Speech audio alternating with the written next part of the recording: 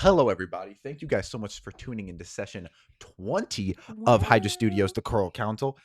Look who it is. Hi! I live! I'm here! So if you are unfamiliar with this, you a couple sessions ago, Like you 4. moved, you did not move, you went on a trip Yes. to Ireland. Yes. So your player character Fawnering got indisposed of. She died. She died in a big fiery electric lightning Yes. explosion, not fiery. I got hit by a lightning bolt because I swam off with a bomb. And no one died from that bomb. And no one died from the bomb. And everybody thought you were dead, or at least some people had suspicions because they could not locate your body. But we recently found out at the end of last session that Edward, a human compatriot of the Sir Nunos Justiciars, the pirate crew, who everyone also thought was dead. He went down with the ship. He came right back and he was like, we need to get Fonrin out of prison. And they were like, huh? And in session. Yeah. So this is an important sentiment. We are just recording this. We are not live streaming it because no one knows this is happening. No. We're going to go over the couple of days it has been since Fonrin's apparent death, and hopefully when she's successfully rescued from a prison. Yay. We're streaming it. This won't mean nothing to you because it's being posted tomorrow, which when you're watching this will hopefully will be today. But we're streaming. Today's Wednesday. We're streaming Thursday. And after the stream ends, I'll tell people this happened. Yeah. And I'll post this and I'll post that. And I'll be up to 2 a.m. to make sure it posts. Oh, no. It should be fine. I should be able to just start and go to bed. We'll find out. Anyways. Yeah, so we're not streaming. So if you're watching this, you are only watching the recording. So, hey. Hi. And who is Fonrin? Who are you playing? Yes. So it's been a while, so people really need to get to know her again. So Fonrin is a Triton fighter. She's 5'3". She's blue. She has lightning powers, kind of her big motif, because she worships the god Cord, who is the god of storms. And a really big important part that is going to frustrate me to no end today is the fact that she's Scottish. And I don't know why I made this choice, but I did. And we're sticking to it. I think you're gonna 20 sessions in. So be prepared for this for 3 hours. Be on the lookout for other stuff we're posting. The day after today, Thursday. Today's Wednesday, but Friday we're streaming Dark Tether. That's me and another player, Ashton, is a superhero campaign. And then sometime, hopefully next week, we're gonna have session 1 of Pantheon, which is a Greek mythology TTRPG. I'm so excited. I've made, so it doesn't exist. Yeah, we're doing a Greek mythology, probably a 2-shot, which is just a setup for a whole Greek mythology series, probably 6, 7, or 8 episodes long that we're doing after this. Which I'm also very excited about. Yes. So be on the lookout for that next week. And then when the Hunger Games movie comes out, we're going to have a Hunger Games 1-shot. I think that's the only strong plans we have this year, but we have a lot of other plans for stuff. Yes, the Percy Jackson TV show is coming out literally the same day the Hunger Games movie comes out, so we're just gonna do Pantheon first. No, especially it also coincides with the Odyssey. They must be filming. Yeah. The Odyssey comes out in 2 days this Friday. 2 days? Yeah, you got back just in time. That's crazy. Oh, I closed that night. So you're going to go anyway, see a movie. It's fine. Yeah, we're doing that to coincide with it. So we're doing we should be ready for Percy Jackson season 3 comes out in November. I think that's around the time. We're definitely going to be ready for Pantheon by then. We might finish this before that, or maybe it'll still coincide. We'll find out. Depends on what y'all do. Yeah. Depends how long this takes. I've said a lot that like this session could be change heavily. Next session is definitely the case for that. Yeah. Because they're going in there for you. But this prison holds a lot of other people. It's also a lot deeper. If they grab you and they leave, or if they grab you and they go deeper, that's going to heavily affect the trajectory. Oh, yeah. And that's going to happen tomorrow. It's interesting that you did just tell me that Fonrin's not at the deepest level. I don't know what you're talking about. I don't think he intended that. Listen. But it's okay. I can keep a secret So much from up here. everyone else. Look, speaking of how much info I have in my head, look at the other arcs we're doing. We just finished a one-shot, or our second one-shot on this channel, where I played a character. I played a character last time. We're running this D&D campaign called The Coral Council. I also have a superhero campaign called Dark Tether. We're doing season 2 of A Song of Ice and Fire / Game of Thrones TTRPG called Beneath the Gold, which is a sequel to the show called Ashes of Winter. I think that's it. I think so too. Oh, we also have a podcast. We talk about silly stuff. And we have a Discord channel that you can find in our description, where we just post polls. Our recent poll was your favorite Greek deity, and we have polls about before that, like favorite types of D&D magic, stuff like that. Also, he's currently renaming a bunch of like character races in his the Halcyon system, and so we've had polls of what we think the best name is. Yeah, Dragonborn are known as Draconi or Draconians, and then the Inferni are the Tieflings, and then the Supernus are the Asimar. Halcyon first edition, which can also be found in the description. All the links are, anyone can view them, so you can see the entire system we use. It's enough changed from Dungeons and Dragons 5th edition, where I wanted to make it its own thing. You're playing a homebrew class. Everybody at the table is playing a homebrew class besides Ashton. So when we had more players earlier in the campaign, that was 6 people playing a homebrew. I'm playing a homebrew subclass. That's an important distinction. I'm a fighter. There are no homebrew classes. But my subclass is Voltaic Vanguard. And Ashton's playing a homebrew race. He's playing a mixed ancestry of 2 homebrew races. He is? Yeah. You knew that. Did I? Quabrani and then Awakened Undead. Oh, okay. I thought, okay. Yeah. I thought you were saying Quabrani and something else, and I was like, technically, the way what he's are we playing, learning? He's just using mixed ancestry rules. Okay. As if he was the child of a skeleton in a Quabrani. Okay. Now, that's not what the lore is. The lore is he's a Quabrani, which is a homebrew race I have that's 4 arms, and he's getting more flesh back. Yes. He's not a child of... Okay. Without further ado, please. Can I get a perception check, Fawn? Sure can.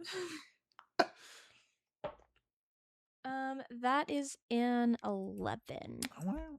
So, Fawnrin, you are rapidly scrawling down a note on a piece of paper. Quickly, you go over that and you fold it into your journal, your diary, and you set it with your other belongings before you take this great big mechanical bomb that's been infused with the sea fire. I don't think you actually knew at all what this was. This was only information that the party found out after, but it was an item or a liquid called sea fire, which is comparable to Greek fire. You didn't know that in the moment. You just knew that danger was happening. I knew that it was affecting my lightning gauge and that lightning was going to happen very soon. And Ko also found out that it like killed things in the ocean too, but not like it's oil, like it was sucking their life force. So even though it's a Greek fire substance, it seems to have other magical applications as well. So you hoisted that up and then just heaved yourself into the ocean. In the background, we can see Ko and Nova, the Triton Druid and the Sea Elf Cleric, racing off to go get help. She's not Sea Elf. I see a high elf cleric. I half apologize. Elf. Half high elf, half human, racing off. Ko's a Triton. Confirmed. Now you just hoist it up and you fly into the sea using the weight and then propelling yourself with your legs. You get it deeper and deeper. And then you begin charging and summoning that great lightning bolt to shoot down, and the second it hits the water, it shoots through the water, racing to you as you kind of hold it as if the oxygen or the oil substance is a bodyguard or a hostage. A giant explosion happens. You got an 11 on that perception check? I did.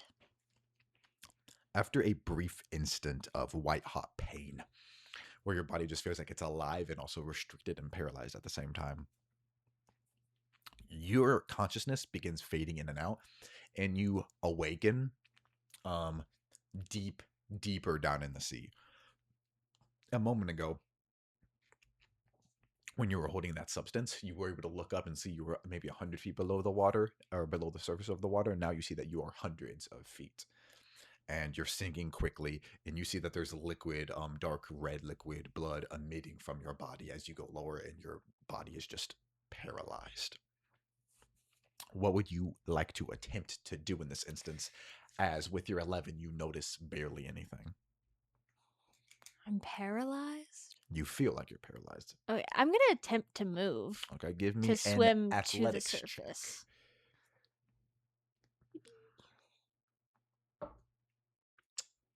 That is a 21.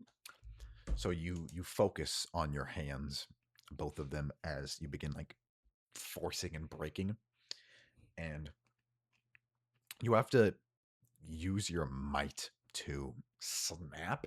It's almost like your muscles are so constantly contracted, but if you wait until they decontract, you'll be too far gone in the ocean. So you have to force them, almost tearing your own muscles, it feels like. And some of those muscles are exposed. So you're seeing the tear of your flesh pulling apart as electricity shoots out.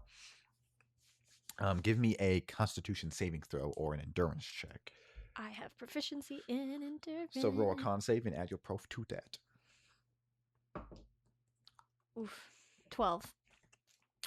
You're able to break free from that paralyzation, but you do end up falling deeper and deeper, and your consciousness quickly fades. And you just hear a voice out at the back of your head. I'm proud of you. As you sink deeper and deeper, roll me another perception check. Okay.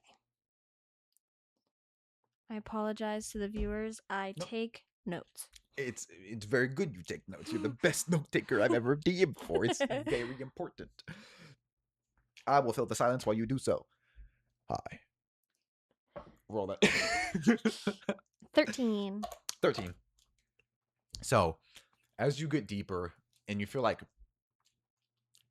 your body start to wilt, as it feels like your soul is trying to flee away, and it's not prioritizing the protection of your body anymore. And you see as your vision gets just waving in and out and pulsing, like it feels like chunks of your body are flying off as you feel your sanity losing.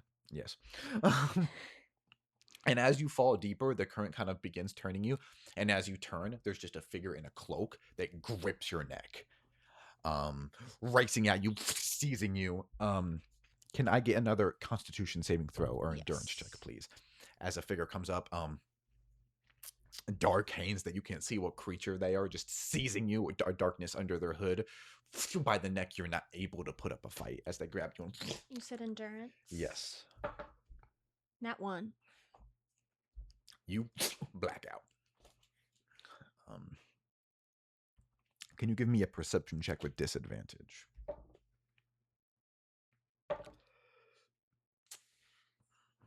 8. 8. Suddenly you regain consciousness and you're alone on the seafloor. And you look around and there's nothing around you. Everything seems like it's large and enormous in stature. The bluffs that you see and like a nearby whirlpool. And you look up and lightning is striking the surface. What would you like to do? Am I able to move? You begin to move just as a test almost, and you're able to move even though it seems more difficult. You have to put in what feels like twice the effort to move like half the distance. Okay. And I can see the surface because lightning is striking, or it's just close enough I can see it? You can see the surface because lightning is striking it. Okay. I think Vonrin would still try to get to the surface, despite... As you go to swim, you see what looks like prepubescent hands above you.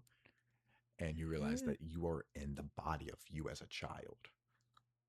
And you're alone on the seafloor. And dots begin to connect as you realize you're in a familiar place, alone, trekking across the floor of the ocean. Wow. Imagine you're in a theater, just someone goes, wow. Like, what it, Wally? Whoa. What's Wally, guys? After this. What would you like to do? I think, can I make another perception check? Yes. I have my murder dice in a row. That's a 17. 17. Can I get an Arcana or History check after enabled by that 17? Sometimes I'll ask for an immediate check after, and it's because you got that because of what you first rolled. Arcana or History, whichever you would prefer. Wisdom or Intelligence for those? Wisdom. Okay, it doesn't matter either way. I have a homebrew rule for a History check. It can be Wisdom if it's your memory, or Intelligence if it's something you've recalled before. This is a personal memory you are attempting to lock into, so it'd be Wisdom. Yeah, I'm gonna do History. Yeah. That's an 8. 8.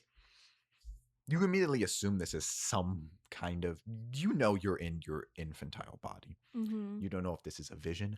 You don't know in this very delirious state if you were blessed or rather cursed with a prophecy of the future. And this is the present. But you are confident that you're Fawnrin. You're just a young Fawnrin. Lost and alone and abandoned at the bottom of the sea. On your 17, I believe, perception, your first perception, not much around you. You would probably date this to a couple months after you were abandoned.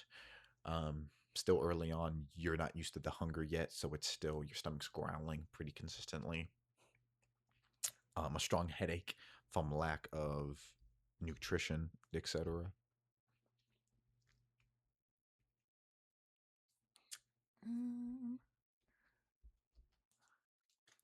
I think. Did I see a figure? Or no? Not in this instance. Okay. Then I think, she's just gonna look for food. Give me an investigation check.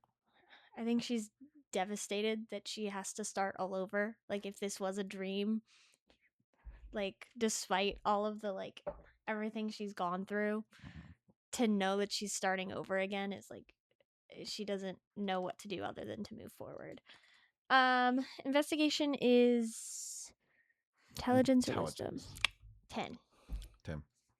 You begin searching around, going over familiar tracks and familiar methods of locating sustenance. And you find like a small bush, and you begin breaking off branches, trying to find if there's anything of nutritionness on it. And then you feel like a presence behind you, and you turn, and a large reef shark is encircling you.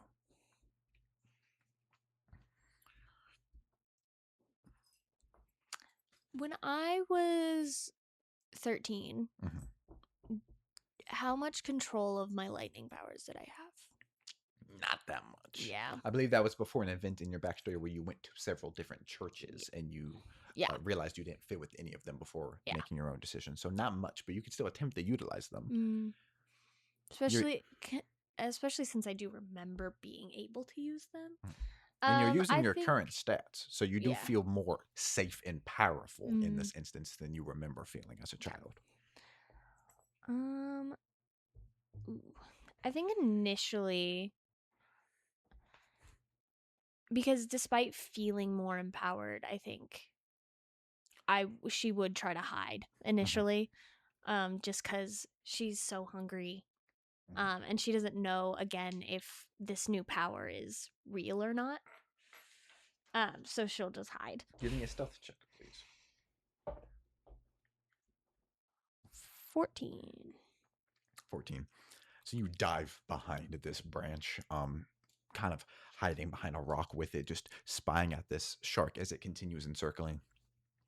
And then it just slowly drifts to a stop, and you see that it has bright green eyes, and a green light is emitting from its mouth as it looks around, and just smoke emits out of it. And then it pinpoint turns to you and begins rushing at you incredibly fast.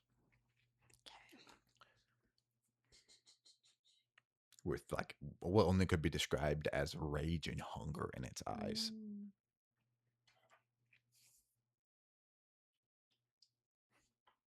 Is it within 10 feet of me? Once it gets within 10 feet, you can try to do something if you would like.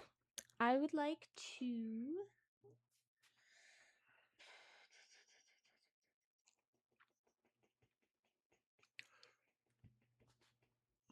cast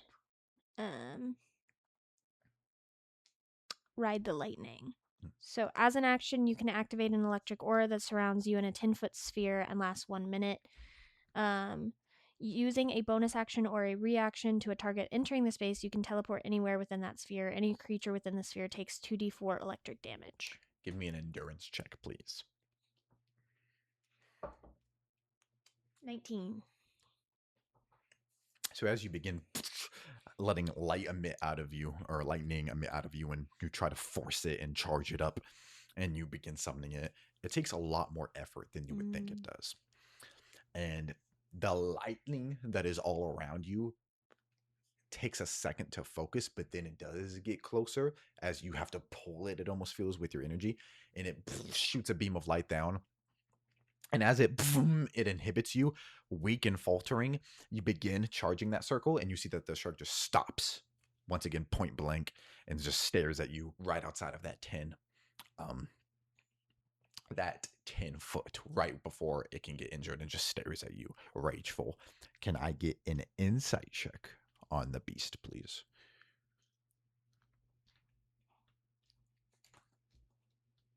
Gonna ask again. Insight, wisdom, or intelligence? Wisdom. I don't. Okay. 16. 16. This beast is very angry. It wanted you badly. It wanted to take you, whether to eat you or to claim you. And the lightning stopped it. And it doesn't seem as if it's very afraid of the lightning. It's probably more afraid of what the lightning serves and how it protects you. Mm-hmm. And for a moment, you're just both staring until you begin choking. And it feels as if you're getting oxygen cut off, but you look around and you're under the water. You can breathe underwater. You're a Triton. You're an aquatic creature. Nothing should be able to choke you down here unless it's something physical. What would you like to do?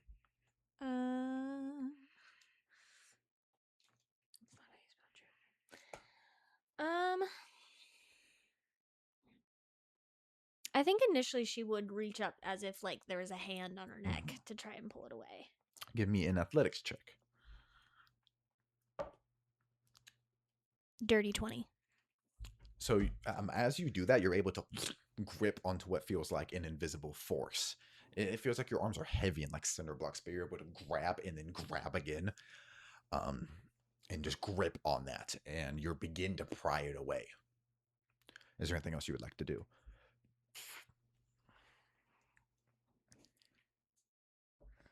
I would, as soon as like I stop choking, I think I'm gonna, because my lightning sphere follows me. I believe. You could tell me I'm wrong. I believe you can go anywhere within it, but this force that is attacking you seems to be within it. Okay. Well, if I move away, is the sphere itself gonna follow me? I don't think it is. I don't believe that's the case, no. Yeah. Once the arm or like the hand, I get away from the choking, I'm gonna like teleport within the sphere as far away from this invisible force as I can get. You pry that arm free and attempt to do that, but you gain no purchase on that attempt. And you kind of sit there for a moment before a force just hits you in the face and knocks you down. And suddenly all the sensations around you switch. Instead of the quiet of the sea, it's suddenly very loud. You feel a lot of hands on you, making you feel very violated, and you're being restrained. And then you feel a certain heavy punch that you feel knocks something loose in your nose and knocks a tooth loose. And you hear, "Tie that back!" And you feel a liquid being applied to a bag that is being tied around your throat, and someone's choking you from behind. And you cannot see anything, but you hear like probably 5 or 6 men around you making sound. I'm gonna start kicking. Give me just attack rolls, athletics, strength, and that. Strength plus proficiency. 23. Give me an endurance check. 19. 19.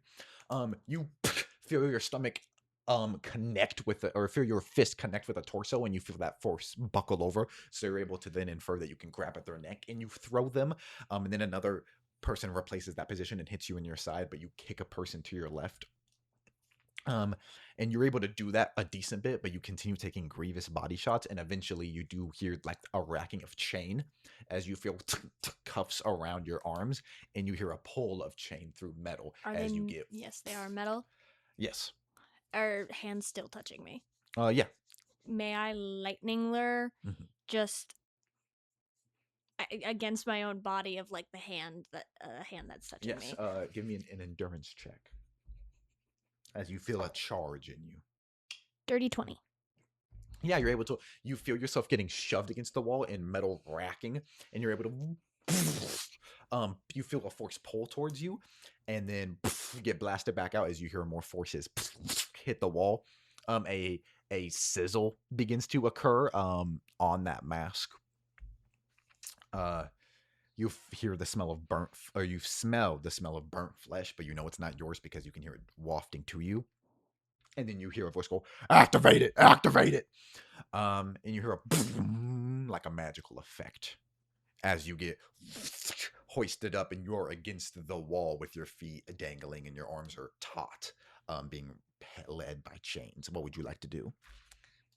Can I feel my light? Like, am I able to still use my lightning? You can attempt to.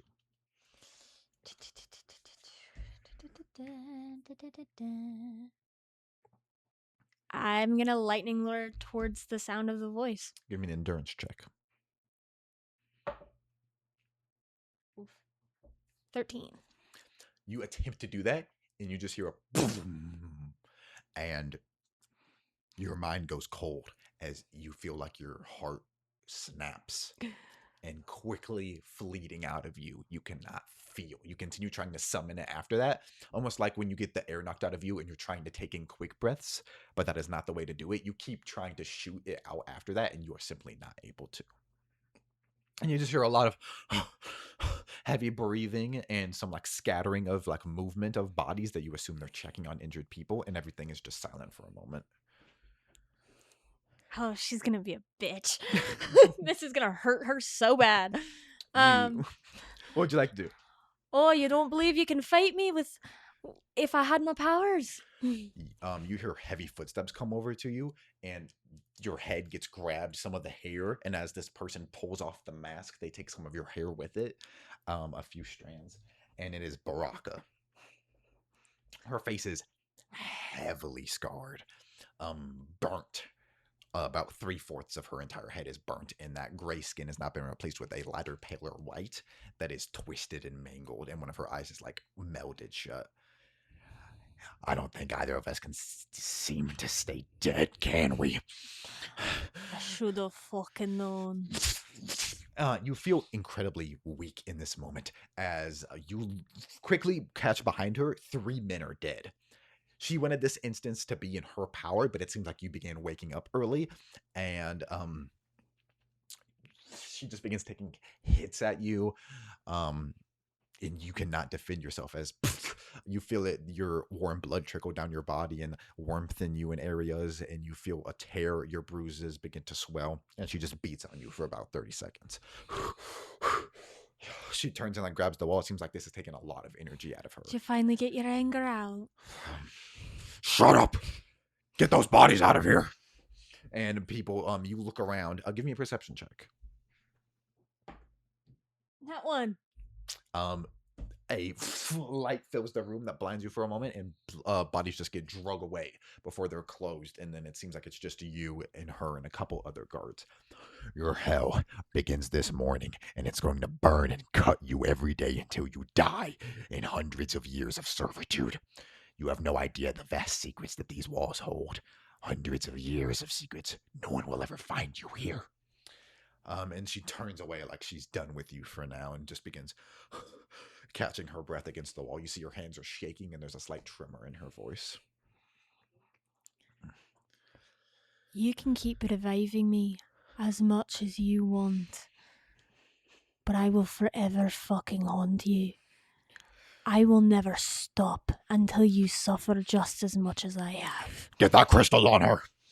And you look, and men are approaching you with a control crystal or a tracking crystal. I'm gonna kick him. Give me an attack roll. Kick him. 15. 15. You're able to hit one square in the gut as he drops it, and Baraka turns and begins coming over as another guard like grabs at your leg. And she comes over and grabs at your leg. Yeah. She grabs it and just snaps it at an awful angle. And you kind of seize in pain, and the leg that the other guy has goes up in recognition of that will of your synapses, and the other one does not, as it dangles bloody, and you see that she has torn some skin and bloodied it. And shackle Oliver. And another like goblin comes up and begins gently shackling as you try to stay conscious. Your dangling leg, and then your other one, and then arms get your left arm shoved backwards, and the new tracking crystal put on you as they clamp the crystal down of the bracelet with the crystal in it. A little hum of recognition happens. Give me an Arcana check. And that's still wisdom. That'd be intelligence. That's gonna be 14. You see that, and it feels no more unique than the one that you had on previously, but you do look, and there does seem to be a large crystal, kind of like a pedestal with a crystal emitting out of it that looks like it can be wheeled around. It's around the size of a cauldron. It has some heavy stone wheels on it, and it's just a pulsing light pink crystal. And what'd you get on your Arcana check? 17? 14. 14. You can infer that this might be an anti-magic field that might be inhibiting your bond to court a decent bit. I'll be back for you later. And she heavily kneels down, drops to her knees, and grabs at the mask that she had on you, the kind of hood, as she rises up and begins approaching you again. I'll look forward to it. And just forcefully puts it on, hurts your face, which is bruised, as she puts it on and ties it tight around your neck. Come on! And then people exit, and then just know you had to tie me down as much as you fucking could to even get me to cooperate. Yeah, you're a real pioneer of strength. And then the door shuts hard. What would you like to do? Fuck. It's not a lot I can do. I think she'll try whatever she can to just get the mask off first. Then can you give me an acrobatics or sleight of hand check? Neither of those help me. Do you feel there's another applicable check? 7. Can you give me an endurance check after that, please? Oh, God, Jack. Come back. Jack. 12. You attempt to do that, kind of biting at the fabric just to move it, and your whipping makes it where your head hits the wall, and you feel a half second of immense pain through all your bruises before you. So we just see you. An unknown amount of time exists before you feel a movement in front of you, and you begin returning to consciousness. We see you against the wall, bloody, blood dripping down below you. You look like you've been crucified. And you hear just a young, masculine voice. Hello? Who's there? You begin waking up, spit that out. You didn't know me for long. I just wanted to ask. And you feel you're still enough of yourself that you're very confused by this. This does not make sense. What happened to you when you fell in the water and got drugged down? Who's asking? I was just confused because you're here now. How did you live through that? I'm not quite sure. I just know that I didn't. And you recognize this voice as Jacques. And you hear gentle footsteps approaching you. What happened to you when you fell in the water? How are you sure I'm alive? Because you're not. And if I'm hearing you. Maybe it was your god. I didn't follow anybody. Maybe that's the reason. Did you try your best to save me on the ship? Jacques, I would have given anything for you to be alive right now. This is Blake. He hit me once with a bullet in the gut, and then I fell in the water, and I barely knew how to swim. And I just got hit a couple more times with bullets, and I tried as hard as I could, but I couldn't control my body anymore, and I just sank and sank. I know. I tried looking for you. I tried saving you. I'm sorry that I couldn't be better. My blood belongs to an ancient bloodline tied back to the founding of the raft. I was supposed to be special.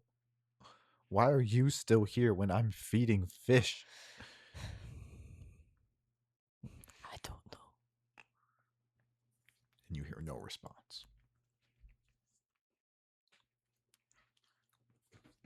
You sit there for a long while. You don't hear any more footsteps, no more scuffling, and no, the door does not open or close.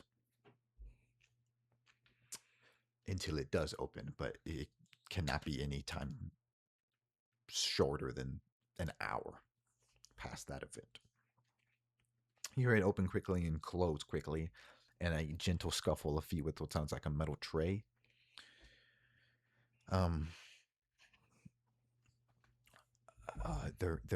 Hi. It's a young masculine voice. There was some extra food today after slop.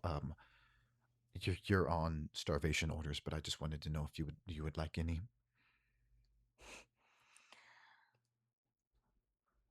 I think helping me might get you hurt more than you want. Trust me, it's fine. Who are you?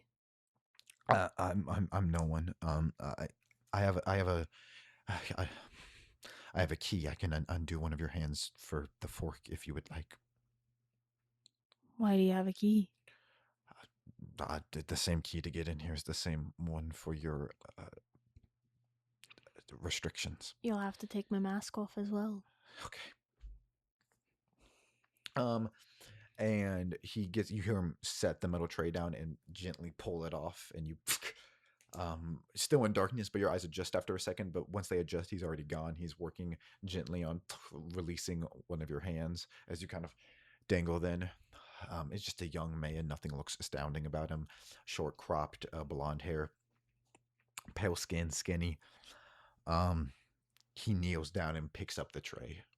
I can hold it for you if you would like. And you see there's a fork next to just one pile of slop. I'll pick up the fork and eat the food as quickly as possible. The second you pick it up, the door bursts open and a hand slaps the tray down, and Baraka grabs your good arm. Are you fucking stupid? And you see the man just resigned backs up. He doesn't look afraid. None of the guards entering turn to him. And she grabs at the fork. You still have it. Would you like to resist her? Yes. Okay. Give me an athletics check, please.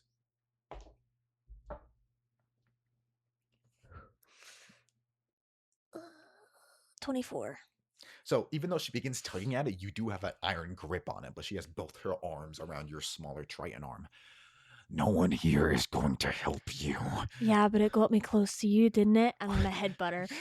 Yeah, give me an attack roll. Now. 16. That would hit her in this instance, yes. She lets go of one of her hands, the one that's more on the fork. What would you like to do after that? So I still have the fork? Yes. I'm going to try to stab her with Go the give fork. me an attack roll with advantage due to her headbutt. This will do 1d4 plus your strength or dex. 17. That does hit her, yeah. 1d4 plus my strength. Yeah. 6 damage. So yeah, you use your bloody face as a mallet, a hammering rod. She had this little plan devised to punish you even more, but you hold on to this resolve. She has both her hands around your forearm. You hit her and she lets go of one of them. She has her left arm still on your forearm, but your fist is now clear. How do you stab her? I think I imagine that the fork prongs are right here, and if she's holding me like this, I literally just push and stab her in the arm. You see, she lets go of you and just backs up. You think you're clever? And you think you are? She grabs the metal tray and just begins hammering down on you. Drops it down. It's dented at an angle. It's bent, like it's a teepee. And then she just digs the fork out. And then she points at the guard and that was helping. Goes, you! And he goes, I was just doing what you said. And she grabs him by the collar and just begins choking him against the wall. You stupid, you! Bleeding from her arm, infuriated, unable to control her speaking due to her injury from a large fire. She's so infuriated. A guard comes in. My lady, there's a situation on the surface, a rather large one. It needs your attention immediately. I'm not allowed on the surface, you know that. And she looses the guy, who drops down, grabbing at his neck. And he goes, I can assure you this is very prescient. This is incredibly important. And she just growls and, we're not done here, she says to you, and then it storms out as the guards leave. And that man stays a half second longer, clutching at his neck before he gently picks up the fork in the tray and just begins collecting things. He looks like he could be no older than 19, maybe closer to 17 or 18. And he just begins picking them up. Kid, how did you get this job? I'm sorry, I can't talk to you. You didn't deserve what she did to you for what I did to her. I'm fine. And it's almost like he's saying it to himself more than you. And he just begins picking up the things and he begins moving out at that point. And he stops at the door just a little bit. I'm sorry. I'm sorry to you as well. And he just leaves and the door slams shut. But you do now have your right arm free. Yay! Blood trickling down all of you. You look down, and some of your wounds are closed. It seems like at some point, whether it be through potion or magic or stitching, they made it where you wouldn't bleed out. And your face is entirely free, even though one of your eyes has swelled shut to a degree where it makes it very difficult to see. What would you like to do? I think, is my tracker on my right or left arm? It is on your left. Okay. I think she's gonna start fidgeting with the tracker. I think she's not even worried about, even if she does get out, this tracker is the bigger problem. So just kind of, yes, take it off, but also I think she's trying to figure out what it is first. So can I get an Arcana check first for that? 13. 13. It doesn't look any more unique than the last one. It looks standard issue. You're aware that the tracking crystal just makes it where the council can locate where you are. You don't know who on the council. You don't know if another crystal is needed or if any of them can tap into it at any moment in time. Cersei had none of this information as well. So that is the extent that the party knows. Okay. I think it like breaks her a little because the way she got the first one off was by dying. And she doesn't want to die anymore. As much as she has been like taunting Baraka, like to know that yes, this tracker is like slightly different because it has a magic inhibitor on it, as far as you told me previously. She can't use her lightning, and 2, she's not very fond of the idea of how to get this off in the first place, and that's the only way she knows how, other than the council. So I think she'll probably try getting out of her shackles. Cool. Give me a sleight of hand check. 19.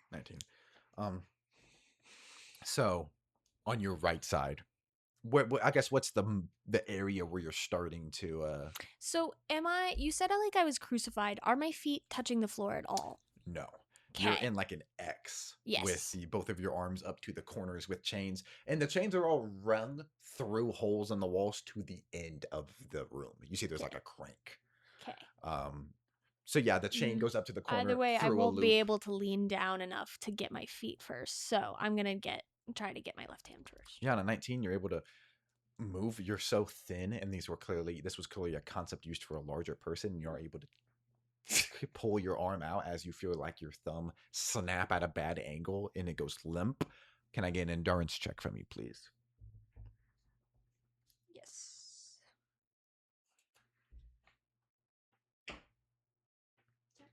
No, it's not. No. 21. You get free, and even though you attempt to brace to land, your right leg is completely fractured, and you slam your face on the ground, with the only limb that isn't alive with pain being your left leg, and you just sit for a moment on the ground, crumpled, with your face in the stone, on the stone. Your lip busted. You feel a tooth dangling in your mouth. I think she will push herself up, mess with the tooth a little bit until she can just spit it out, and then start working on that left leg. Give me another endurance check. 22. Yeah, you're able to.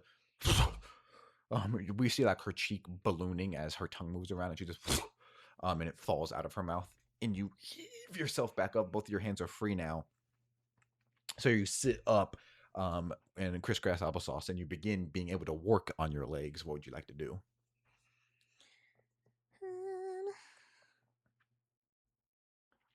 Am I able to set my right leg? You can attempt to a medicine check or athletics check, please. I'm gonna unfortunately do athletics.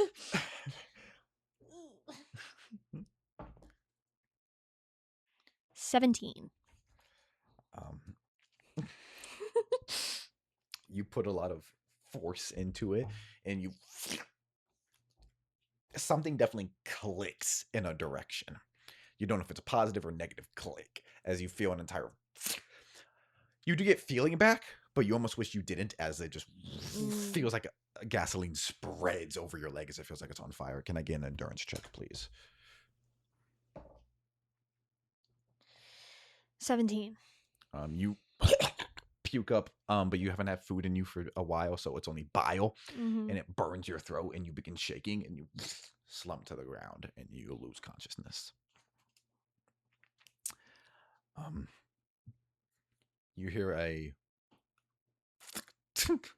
what sounds like your first fear, chains being put back on you, but it seems like you're getting loosed from chains, and you're getting drug as the heavy door opens.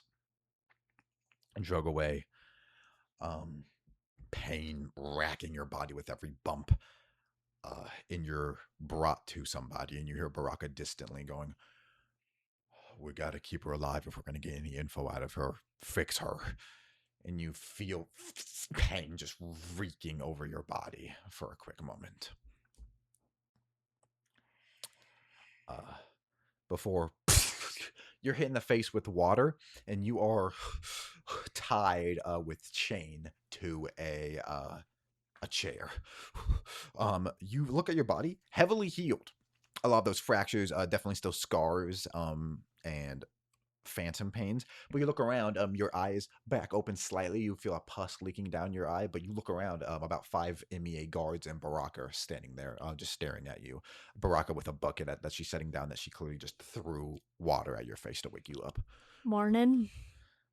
It's more evening. Time of day. Does it fucking matter? To you it might not, but we enjoy the comforts of not being a prisoner. Okay.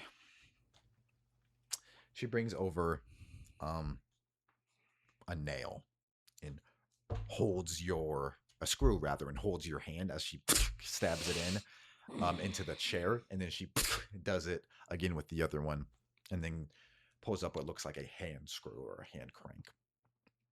I'm going to need you to answer truthfully to the next couple questions I'm about to ask you. Do your Sir Nunos Justiciars have any correlation with the Nautical Brotherhood? No. No. Can you give me a persuasion check, please? Wisdom. Oh, charisma. Charisma, Sorry. yeah, charisma. You're fine. 17. 17.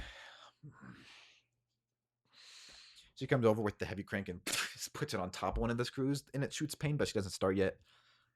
What are the current plans of the Cernunos Justiciars?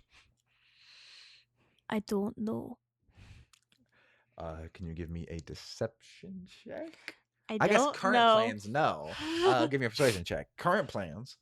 The issue is she's bad at insight, and she has to beat you to believe you. So 6. 6, yeah.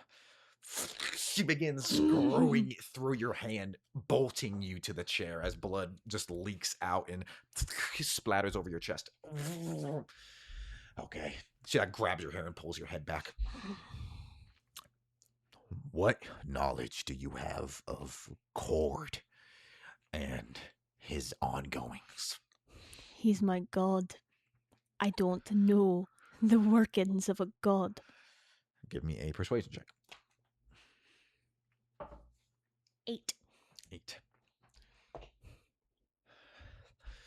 Did you have anything to do with the storm that hit us during a recent heist we were victim to? I might have been feeling a little rageful. And she believes you instantaneously, but punishes you for that answer and screws fully through your hand. 5 or 6 inches past your hand, a screw is embedded, and your hand is shaking against, and she moves over to the other one.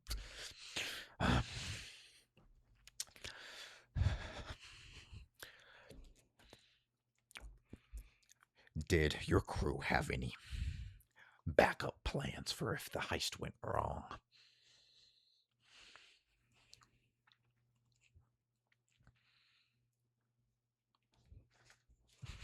Ellie's trying to remember. You're fine.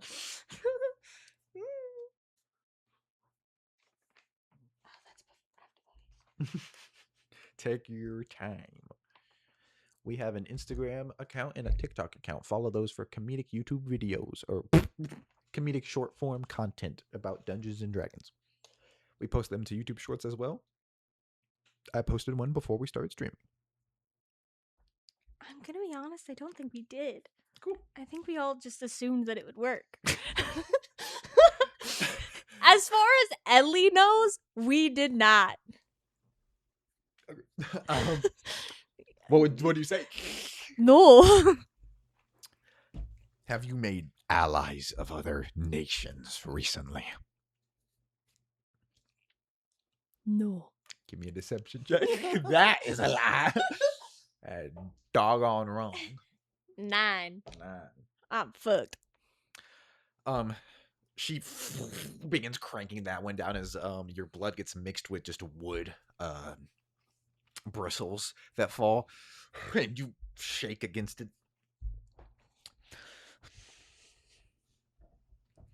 Are you inclined to tell us which nations? No.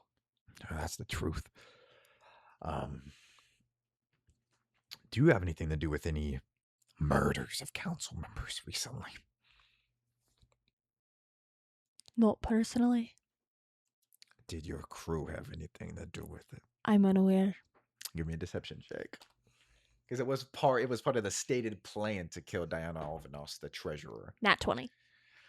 She pulls away from you and just kind of sits at a table, shaking.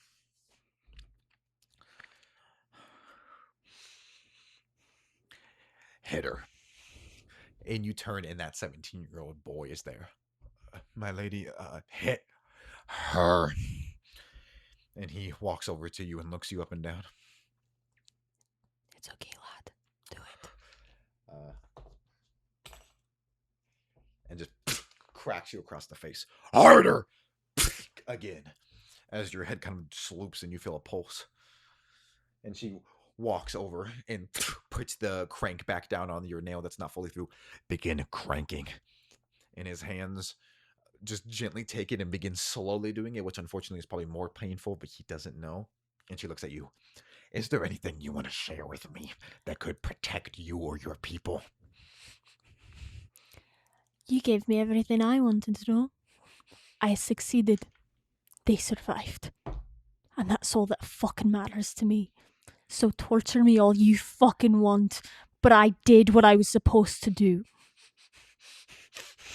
She ragefully grabs the top of the crank and shoves it down through, and you just feel an immense pain shooting through your right side. Do you look at it? Yeah. You look down, your forearm is torn open. It is more bone than it is flesh, as there's multiple heavy splinters. Your hand, from where the screw got torn through, is severed into like it's webbed, and your bones, splinters of your bones are on the ground, and you cannot access it. Give me an endurance check, please. 14. 14, and you lose consciousness.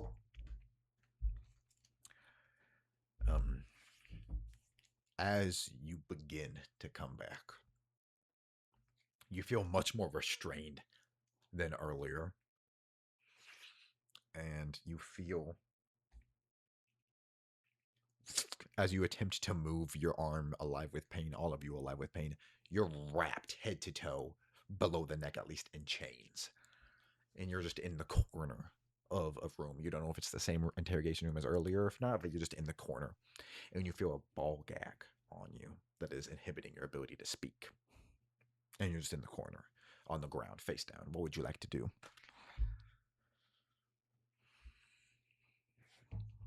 Try to get the ball gag off. Slide a hand or acrobatics check, please. Ugh. Bless. You shoot it out. 4. 4. No avail. You kind of bite it and like tear at it, but your new loss of teeth makes that difficult. Why did you leave me, Fodrin? And you look, and you cannot see their face, but a figure that sounds like Ko is just far in the corner in the shadow. As you kind of turn, my family left me. My friends at the college left me. Then Jacques and Lorac and Edward. Why do people keep leaving me? Why did you leave me? I'm just gonna try and like bust out of these chains. Give me an athletics or acrobatics or sleight of hand check. Fucking as soon as possible. I'm gonna do athletics. 15. You do begin pulsing, and you're able to force your knees apart enough where you can use it as a vantage and kind of force one knee out, and you just begin pushing and spraying the chains. Did you not feel bad abandoning me? Abandoning more people again? Did you not feel a responsibility to care for people who rely on you? Or are you just selfish? And you hear that Ko's about to break out into tears. You can make another check if you would like. Yeah, I keep trying to get to him.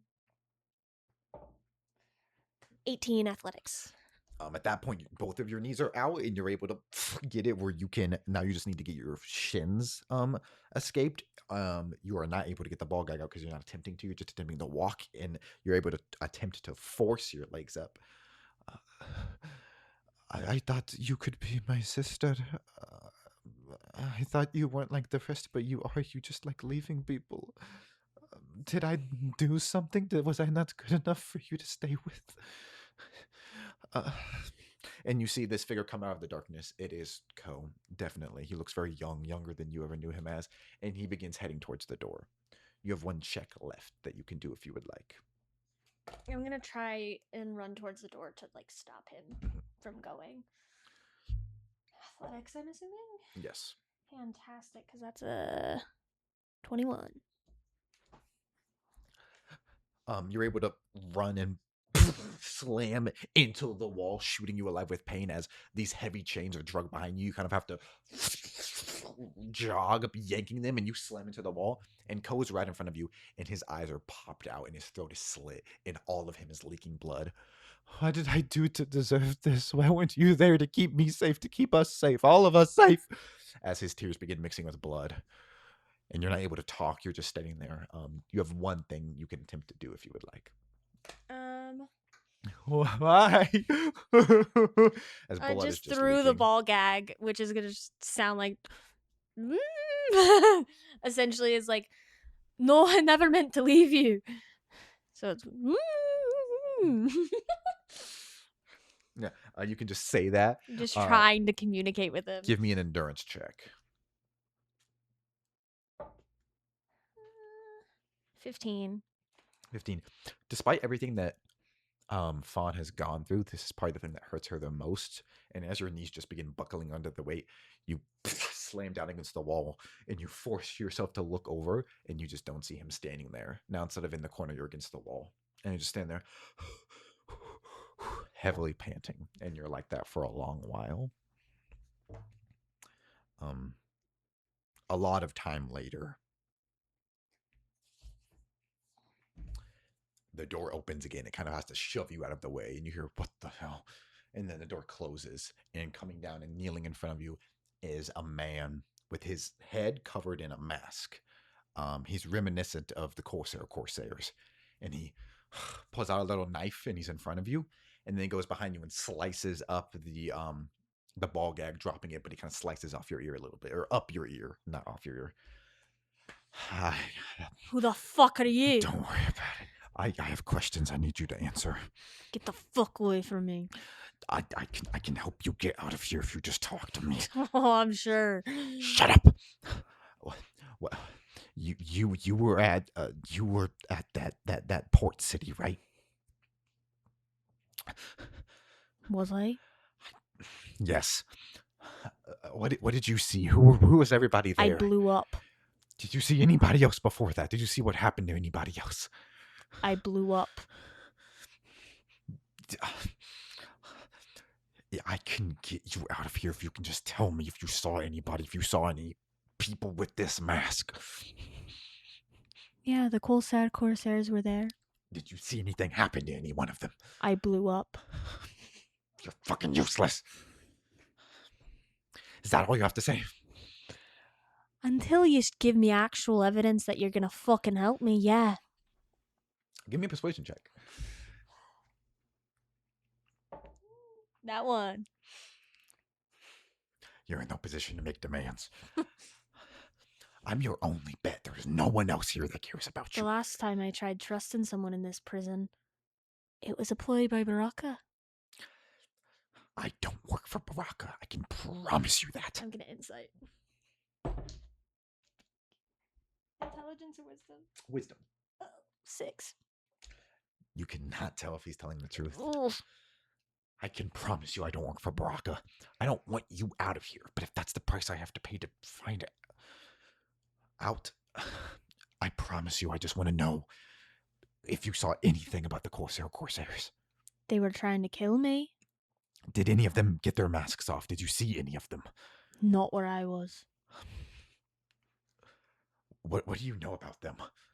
They were obsessed with me, specifically Blake.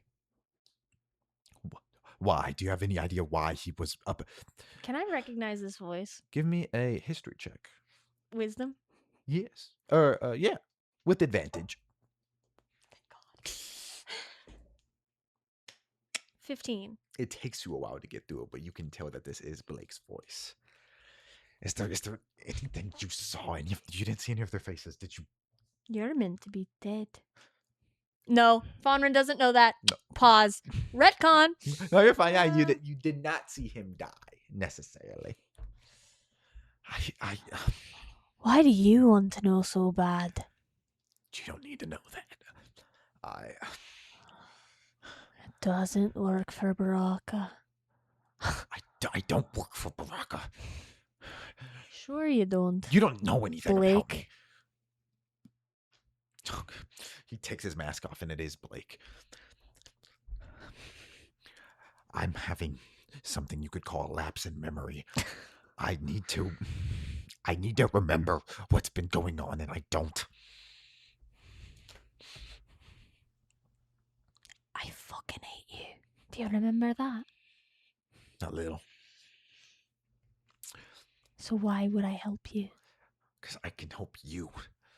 I get that you don't fucking like me, and I don't really fucking like you. But we can get out of here together. Are you trying to convince me that you're stuck down here too? No, I'm not. But So you can turn around and walk out of here anytime you want. now with any information that I need to live my life. The information that I could give you that, oh, you'll turn around and try to kill me with again. I don't want to kill you. Are you sure? Because when that memory comes back, are you gonna have that same sentiment? I don't know. I don't know how it works. You're useless. And he begins getting up. My legs are still free? Yeah. I'll kick him. Like in a trip or in like a... Yeah, I'll trip. Okay. I trip. Nat 20. Oh my god.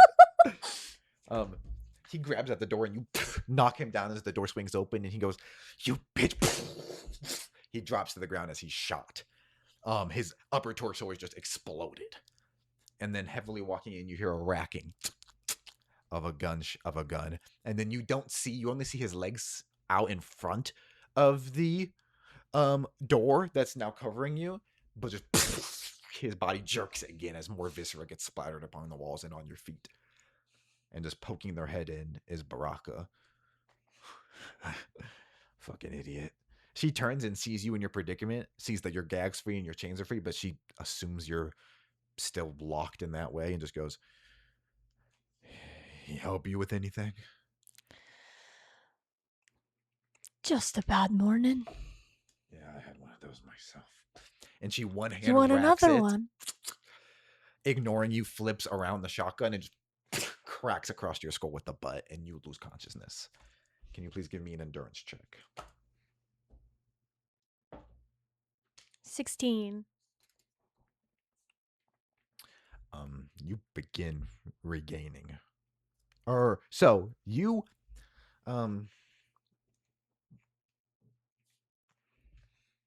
You begin fading. But with that 16, you're able to hold onto consciousness for a bit. Some guards come in. That young man asks, should we feed the body to the gator? And she goes, "What a stupid fucking question." And just shoots him in the gut. And he drops down. And as you begin to fade, you see his eyes, the life leaving them as well. And the guards jerk back, looking at each other. "Destroy these bodies in their entirety. Take them to the furnace. And from now on, take all bodies to the furnace." And as you begin to fade, you see both the corpses of Blake and this young man get taken. You regain consciousness. You are so starving. And even if you could eat, your mouth is in such immense pain. All of you is. You awaken now in what is foreign to you, but it's just leather. And it appears to be some contraption, some device. You're in a straitjacket. And you're being hung by a cable attached to the roof by the neck, and you're just twisting in it. And after a couple turns, you come into view, and in the figure, there's just a dark figure staring. And you turn multiple times, and sometimes he's there and sometimes he's not. Please make a perception check. Notes again. Take your time. A little bit of stuff happening. So many things. You said perception? Correct. Okay. 16. This appears to be Tutri, but it does not look like Tutri. It looks like the Crow Man, which is the guys he took on before he could speak, before he got that humane ability back. It's just a skeletal figure with some skin attached, just staring at you dead on. And you just see him for multiple passes. 2, 3. Just staring dead on. I don't know why you can't fucking speak anymore, but do you have to fucking torment me like this?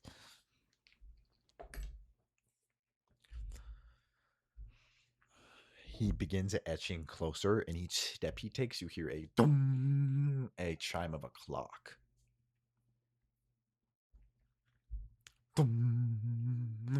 I'm sure that's bad for my headache. Yeah, it sends out a reverberating pulse that makes your nose begin to bleed.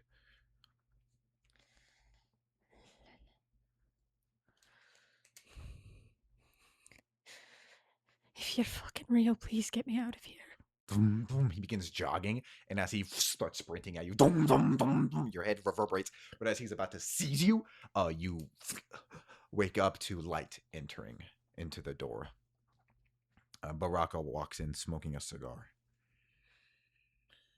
Morning. Not morning. No, it's morning. She That's a puts fucking out, expression. She puts out the cigar on your forehead and just flicks it away. Yummy. I need you to try to, and she like grabs you by the face. Then I want you to try to summon your lightning. And she just lets go of your face. Just gonna rattle my left arm. I don't think you want that. I think I do.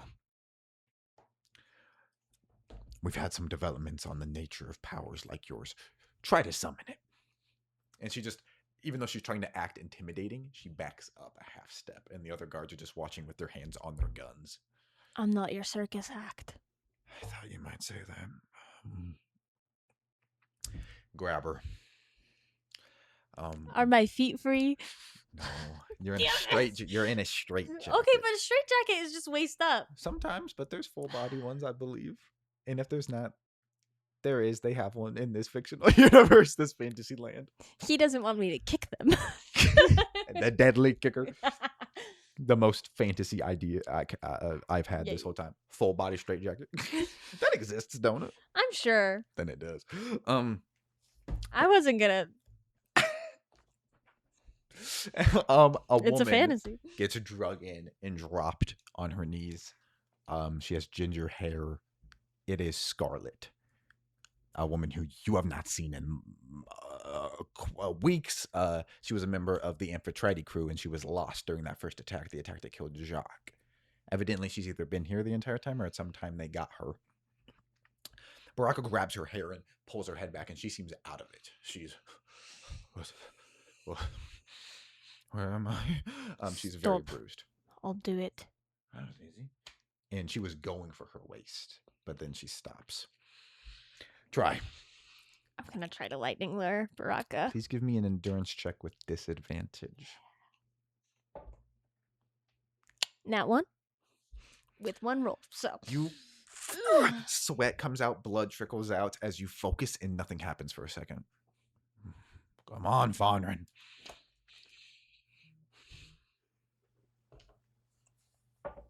Still disadvantage? Yes. 18. A little spark occurs, but nothing more besides that, and she pulls out a revolver and I'm fucking trying. You gotta try harder than that. And she opens up and racks it. Seemingly there is spins the cylinder. There is one bullet in it, and then shoots again.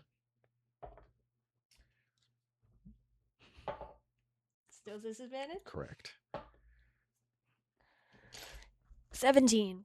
A little bit more of a spark begins, but nothing of note. She pulls again. Scarlet begins twitching. What's happening? Fonrin? You have one more shot. And she pulls the hammer back and aims it. I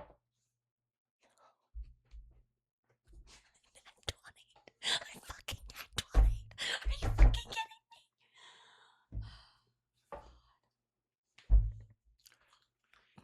Numbers are so interesting. 15. 15. No, I lied. I was gonna say, you got 15. It's a 13. 13. You're able to summon enough where the chain holding you does snap and you drop down on your face. Nice. See, I told you. You're able to get through that tacky little piece of shit. So we have revisions we need to make. And Baraka shoots Scarlet, and her body just... I'm just gonna scream no. And Baraka just standing over it. You see a bullet right through her forehead. Blood begins trickling towards you as you scream. Please give me a perception check. 6. You just hear the clattering of the revolver being dropped, and then a clattering of another tinier metal object being dropped. But you're focused just on Scarlet bleeding, and then the door slams shut. And quickly, a stench from her corpse begins. What would you like to do? I'm going to look towards the revolver. Make another perception check, please.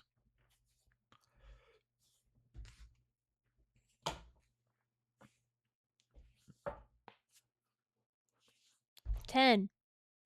You were able to see the revolver in a small metal glint next to it of a tiny object. I'm going to try to focus on the glint. Okay, give me another one. You also smell with that 10 behind you, a small fire is starting on your back from the lightning. That if you let it persist, it could free you, but it could also burn your back pretty bad. 17. The revolver is Cersei's revolver. Evidently, at some point, they got it working, and Baraka left you a bullet. And at that point, you're burning pretty badly, and it's scarring up your back, but you're close to being able to break free from the leather strap under the cloth holding you. And you're able to do that. What would you like to do? Yeah, I'm going to fight away from the fabric to attempt to not get burned. Give me an athletics check. 9.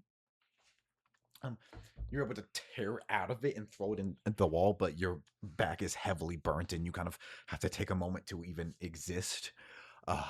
And smoke is filling the room heavily. But this is your only light source, and this is letting you see Scarlet and the gun and the bullet. What would you like to do? I'm going to pick up the bullet and the gun. I'm going to load the gun. Pop it open. No shells in there, or there one shell from the one that killed Scarlet. You can drop that if you'd like, or keep it and just load it in, rack it back. What would you like to do? I'll make sure that whenever I shoot it, the bullet will shoot. Yeah. I'll go to One the to the door left. and shoot the lock. Give me an attack roll. Nat 20. Oh my god. You aim, and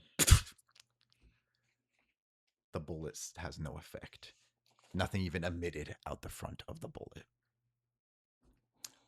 Give me a intelligence check and add your proficiency bonus.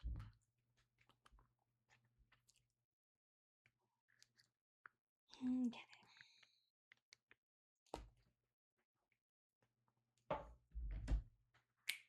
19. You imagine Baraka was probably hoping you would use this on yourself, and it would have been a cruel trick of fate that it was a blank bullet. But instead, it just had no purchase on the door. But you still have a metal object that could be used in a stabbing manner. What would you like to do? I know Fonred's never tried to pick a lock before. But I think she will try to pick the lock. So you kneel down. You can grab some metal pieces from the pulling them out of the fire. They're burning your hands. Give me a sleight of hand check. You pull them away from the cloth of the straitjacket. 9. You try for about an hour, putting a lot of burn marks on your hands from taking new pieces of metal, but you are not able to get through the door. Give me an endurance check as more and more smoke fills the room. Oh my god. 19. You do lose consciousness. You come in and out of it. You're in the corner. You hear the sound of the door opening, but you don't see any light come in. And walking up to you quickly is a figure that has horns. Kneeling next to you is someone that looks like Cersei.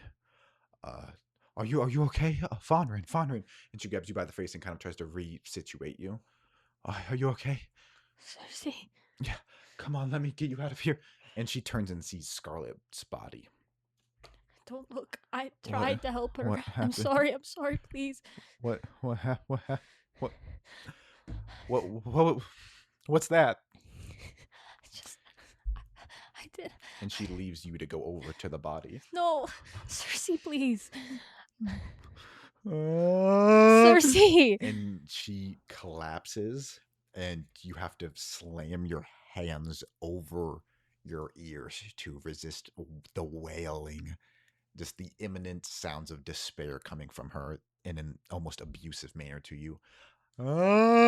Just loud screaming and crying, and you're just sitting there rocking for a very long time.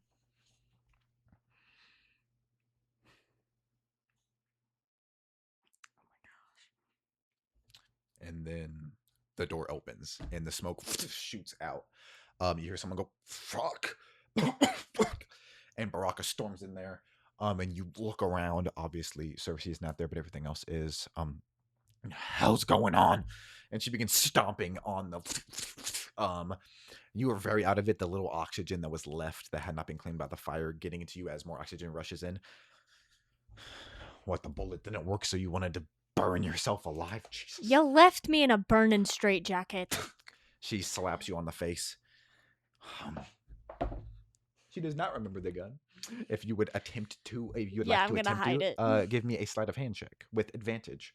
Oh my god. Oh my god. 5. 5. You hear her go, get that body to the incendiary. Jesus. And a guard picks up her rigor mortis body and begins dragging Scarlet away and goes, where's the? And she sees you hiding the gun and just kind of begins to beat you for it and just, what are you gonna do with that? A memento from a friend. Your friend. You don't need a memento of her. Grab and drags you out into the hallway as light blinds you. Give me a perception check with disadvantage. Yeah.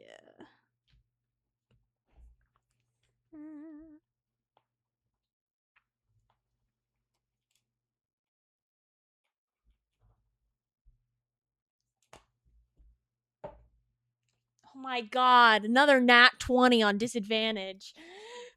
Who would do that? Oh my god. 6. 6. You do not see much as you're drug forward and you hear a rhythmic marching behind you. You do hear a lot of talking in different languages. As some of your vision returns, there are cells, not closed interrogation rooms like yours, but cells, and you can see figures behind it. You do hear one voice go, is that Court's Fury? As you get drugged by and you're very disorientated out of it. You get drugged into a room and the door slammed behind you and kind of forced down into a chair. And then Baraka is looking through a glass panel over what looks like a workers area. 3 prisoners recently have not kept up to labor standards. And you look and there are slaves down there doing work.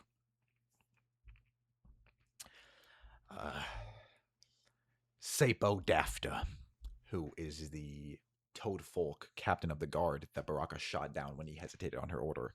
Sapo, Balto Azura, who is the half-elf, same as Scarlet, member of the Amphitrite crew that was vanished after that first attack by the Corsairs, and Burser, who is the ogre Burser to your pit fighting.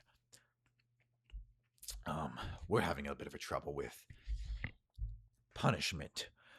What exactly is fit? And we're wondering if you would like to tap in.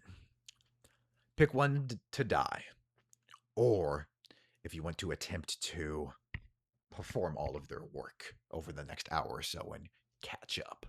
None of them have to die. All work. Very well. You get drugged and shoved into an area with 15 or so other workers who are moving what looks like just heavy cinder blocks from one area to another, or automatons with pierced hands are picking them up and breaking them and shoveling them into a fiery production line. Give me an athletics check with disadvantage.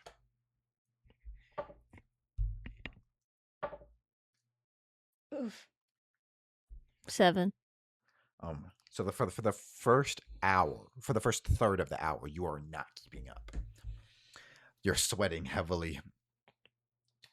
It's very difficult moving your leg like clubs and you're bumping into bigger members who are eager to please. At one point, Baraka comes down and people kind of freeze, and she just orders them to continue and comes up to you.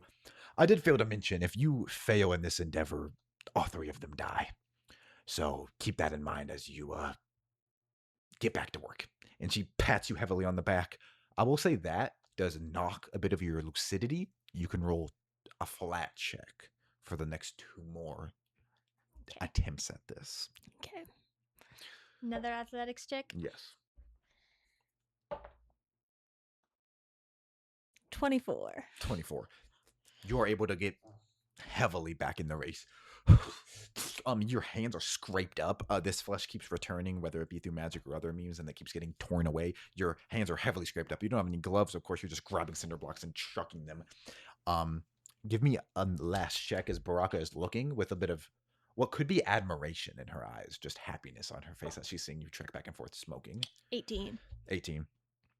You finish right in time. And then she kind of just waits for you to come over to her. That was acceptable for the time being. You're going to punch her? Give me an attack roll with advantage as she is distracted. 21. You hit her and drop her cigar out of her hand. Surprised you got fight left in you.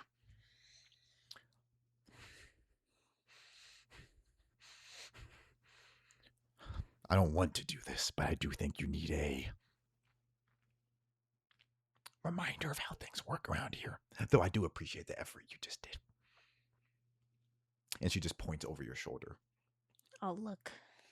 3 shadowy figures against the wall. 3 blood spats get thrown up. And she just leans down. You are not a person anymore. And she just whispering down into your ear. You are nothing. You're an item for us to use. You're nothing. You're not a Triton anymore, even though when you were less than us. You are muck. You are what the creatures on the bottom of the sea eat. Not even then, because then it provides something. And she grabs your head and talks to you. You are a cog. And if you keep getting out of place, we will toss you. And Baraka, you can keep pretending you're not exactly where I am. But you will always be nothing to them. Nothing but a fighter and a machine just like me. Give me a persuasion check. Can I have advantage? Yeah. I straight up just thought about giving you advantage because that's not the event she wanted to happen. She did not want those 3 people to die. And 11. She looks at you and focuses and moves her hands down to your neck and just tosses you down that conveyor belt. You slide and knock against a heavier piece that the automatons couldn't break down. And you're just sitting there. You're going down a conveyor belt at an angle as Baraka just stares down and walks off. Heat is approaching you as you're at a diagonal angle going down. Yeah, what would you like to do? Try to get up and get off this belt. Yeah, it's only one straight hole, so you're just trying to climb upwards. Yeah. Athletics? Yes. 13. Yeah, you're able to, you vault over that heavier piece and just start tripping and walking and crawling up, cuts going up your side again. As you get closer and closer and closer, you see coming down is like a staff with a piece of wood with a round noose on the end, and it's coming towards you. It's so long you cannot see who's sending it. What do you do? I'll grab it. In a way to prevent it? Or like to help pull myself up. Okay. Give me an athletics check. Ugh, 9. You grab at it and you are able to catch the noose with your hand, but I do need an athletics check to hold on as you get like catching a fish. 19. Yeah, you get drug out and roll on the ground. Baraka is staring down at you and drops the noose. Feed her. And Baraka just storms off. And a guard comes up to you. Come with me. And grabs you by the arm and helps to lift you up. And you began getting moved back to either a new cell or an interrogation room away from this workers area. Please give me a perception check. Oh my god. Fodrin can't see shit, which makes sense, but 8. Yeah, that smoke from that area has been fucking your eyes, and you just use this moment of in the hallway where some maybe guards or dignitaries might exist where they want it to be nice to just give your eyes a rest as you're tearing from that smoke, and you get brought back to the same interrogation room from before. It looks like it's been cleaned. You just get sat down, and someone comes in with like a bowl of gruel in a metal spoon. Here. I'll just snatch it from them and start eating. Yeah, I recommend eating it all. And the door heavy sits down. So am I alone again, or is he in here? You are alone again. Okay.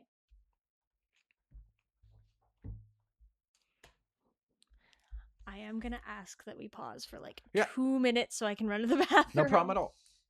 Break. That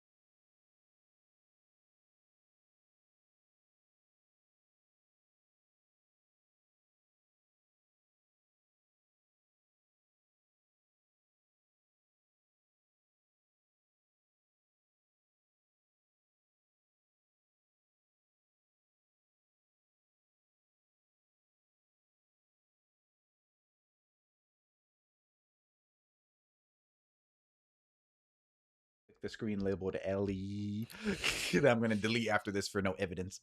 I realized earlier I said it's 1:30. We're gonna come back at 4:30 or 1:40. Yeah, I That's know. the I was time like, on the recording. That is not. I was like, sure. That was only a 5 or so minute break, but it's okay. It's not even that time in the UK right now. It's not that time anywhere because it doesn't correspond. I was looking at the time of recording. We've been recording. It's that time in the Atlantic. And we're in the ocean. Okay. What would you like to do as you sit there eating? I'm gonna finish the whole bowl. It does not taste good, but you are able to fight it down. Yeah. But I'm in my old room with no chains on me. Correct. Far. Ball. Ball. You can't do that, unfortunately. I'm gonna hide the spoon. Mm-hmm. Give me a perception check first.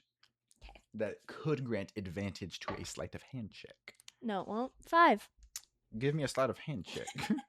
Put it in the dark. Dirty 20. Yeah, you are able to shovel it for a shank, I presume. Yeah. In real life, they just break the spoon head off for a stabby. So I'll say you can shove it head first. That way, into like dirt in between the cracks of the stone. That way, if that part gets damaged, it's fine because that's the part you would break off anyway. And you're able to do that. And then a couple more minutes pass. The only thing besides that is the like porcelain bowl and the chair. What would you like to do? Wooden chair, porcelain bowl.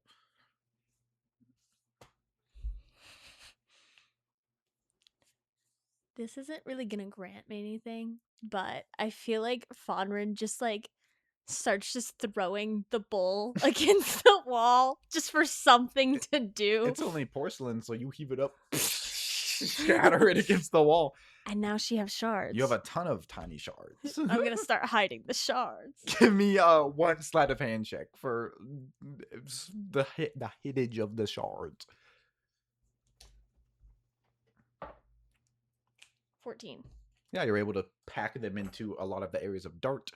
You hear heavy footsteps approaching the door as you're finishing up one of them. I'll just go sit in the chair and wait. Sit down and the door opens. Boom. It's Baraka. Y'all fed up? Yummy. Good. I got something you might be interested in. And she just throws some cloth to you. And you realize they are hand wrappings. Get dressed, come on. The fuck are these for? I know I didn't hit you that hard. Let's just say a girl can dream. Are you coming? Are you gonna give me a choice?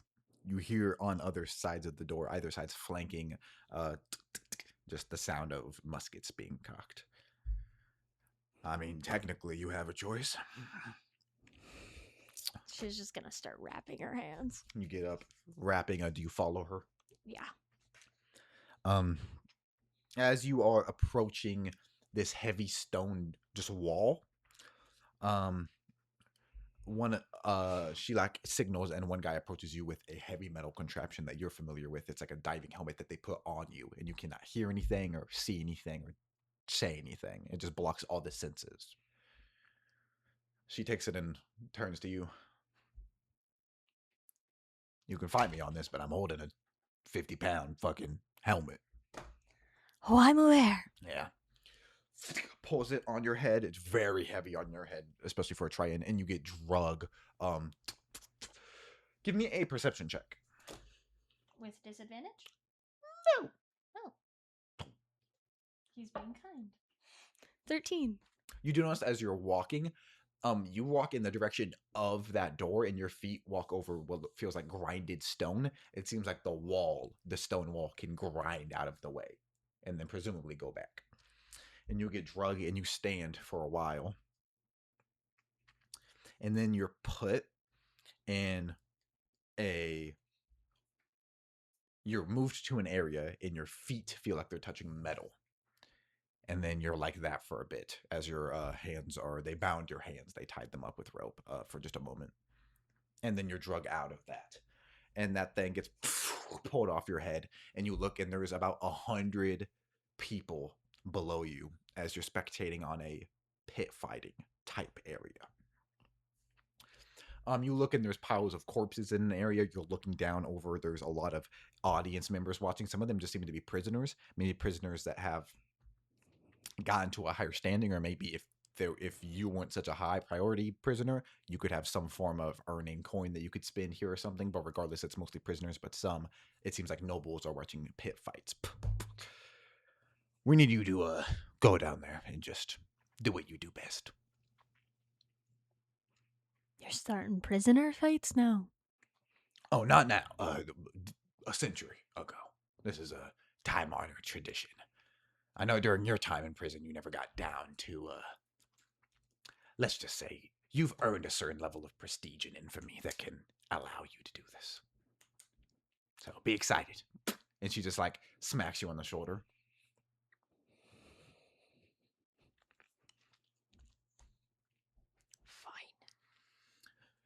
She waves her hand into guards. One of them grabs you by the shoulder and take you to a kind of wooden lift area. As you enter it, the gates get like the thin wooden gates get slammed in front, and you hear a large, probably an ogre or Goliath, moving the rope as you begin lowering. You're just alone in this box currently with 2 musket-wielding MEA guards. She'll turn on you eventually. As she gets crazier and crazier. Shut up. Every day. You're not supposed to speak to us. Oh, not supposed to is kind of my thing, darling. I do it anyway. One of them hits you in the head, and the other one goes, "Hey, just keep your voice down." You're the one getting agitated. I'm just speaking the truth. Something you can't seem to handle. And the other one goes, "You're not speaking any truth. She won't turn on us. We're the MEA. We fight Like together." she didn't turn on that little boy. That kid was a fucking idiot. Okay, we're esteemed members of royal houses. She wouldn't do that to us. Esteemed members of royal houses. And at that point, the elevator stops. As you're bringing me something she wishes she could crush under her shoe into pit fights for her own entertainment. Oh, this has a bigger purpose. This sates. What is it then? This sates agitations of the royal houses. They go under more stress than you could understand. They just want to see me suffer. The ogre now lifts the front, or opens the front open, and kind of waves you guys in, and the other one takes you by the arm and begins dragging you. Just beat the fucking guy to death. You want to go in there with me? I'm fine. We do not deal with such meager. And yet you're here, aren't you? With a gun and plate armor. Plate armor. Seems a little shocking, don't you think? Get the fuck in there. And you watch as they both walk away. You have like a little area with some healing potions and some water, very meager, probably just the leftovers of whoever died recently. And you look in there, and there is another large ogre who is just slamming a elf onto the ground over and over before he throws them to the side. And then he goes, "Raw!" pounds on his chest and begins speaking in a language you don't understand. I'm gonna chug the water, and literally like look down at her hands, and she's shaking. She does not want to go into this, but she's just gonna try to take as many deep breaths as she can to settle this. Fidget with the power dampener a little bit, and like try to summon any feeling of her lightning, because she's never gone into these pit fights without lightning as a backup for her. Give me a endurance check. 17. You're able to get what feels like a small tremor that can align with your heartbeat, but beyond that, you do not seem to get in line with much magical power, no.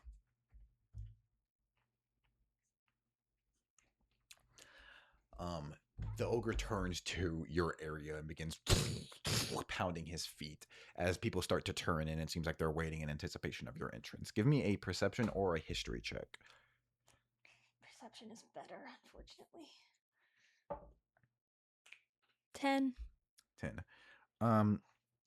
You don't really recognize this ogre, but you do see that he has kind of a bound together with a metal plate exposed jaw. It seems like at some point in time his jaw got really beaten in. Can Fonrin know if Ellie knows? What? Can Fonra know if Ellie knows? Yeah, because this is in my backstory. I know who this ogre Yeah, okay, is. then you immediately know. Yeah. Okay, thank you. But yeah, if you remember, then Yeah. I think you asked that question backwards. Can Fonra know if Ellie knows? She looks up. Well, technically, that's the. Oh, you are saying if you know, can Fonra know? Yeah. I thought you said, can Fonra know if Ellie knows? Can Fonra know if Ellie's aware? That makes more sense. It's the same question. Yeah. Well, no, yeah, but I had like omnipresence in mind. Oh, no. Can Fonra know if Ellie knows? No. Do you know this guy? As in, Ellie asks, "Hey, who is this guy?" No, I remember this guy from my backstory. That's my rule. If I do a history check and you roll low, but I look at you and there's a glimmer in your eye, then yes. Yeah. What do you like to do? She's just gonna cackle. Yeah. Oh, you're still alive and kicking, I see. You open and come in and he goes, oh. I thought you were dead. I was once or twice. Third time's the charm. And he just begins bounding at you and he goes to smack you. Give me some opposed attack rolls. Oh my god. Oh, I'm scared. 15. Don't be, you got a nat 1. He goes to swipe down and you just duck out the way and then you hit him. Is there any abilities you would like to try to use? I think I'll try to cast Ride the Lightning again. Cool. Give me an endurance check, please.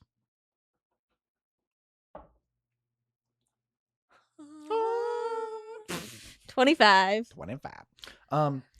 Yeah, as you connect with your left, you feel a beam of lightning come back and hit your heart, and you're able to use Ride the Lightning. How would you like to use it? It's gonna fill the cage. And so as he's moving, I'll use my reaction to teleport on top of him. That he also takes the 2d6. 2d4 2d4 electric damage. Thank you. Oh, damn pyramid. So is his like jaw thing metal? Yeah. Oh. I didn't even think about that. So this is doubled for his face specifically. You hit him in the gut and light yourself up, and as you teleport to the top, do you want to aim for his jaw? Yeah. Like essentially aim it like I'm gonna teleport on top of his shoulders, so I'm whamming on his head. Yeah, this would be doubled. Okay. If you want to double that. 10 points of lightning damage. Yeah, you land on top of as he begins going and he goes to grab at you. Give me another attack roll, and he'll give another attack roll. Do I have advantage since I'm on top of him? Yes.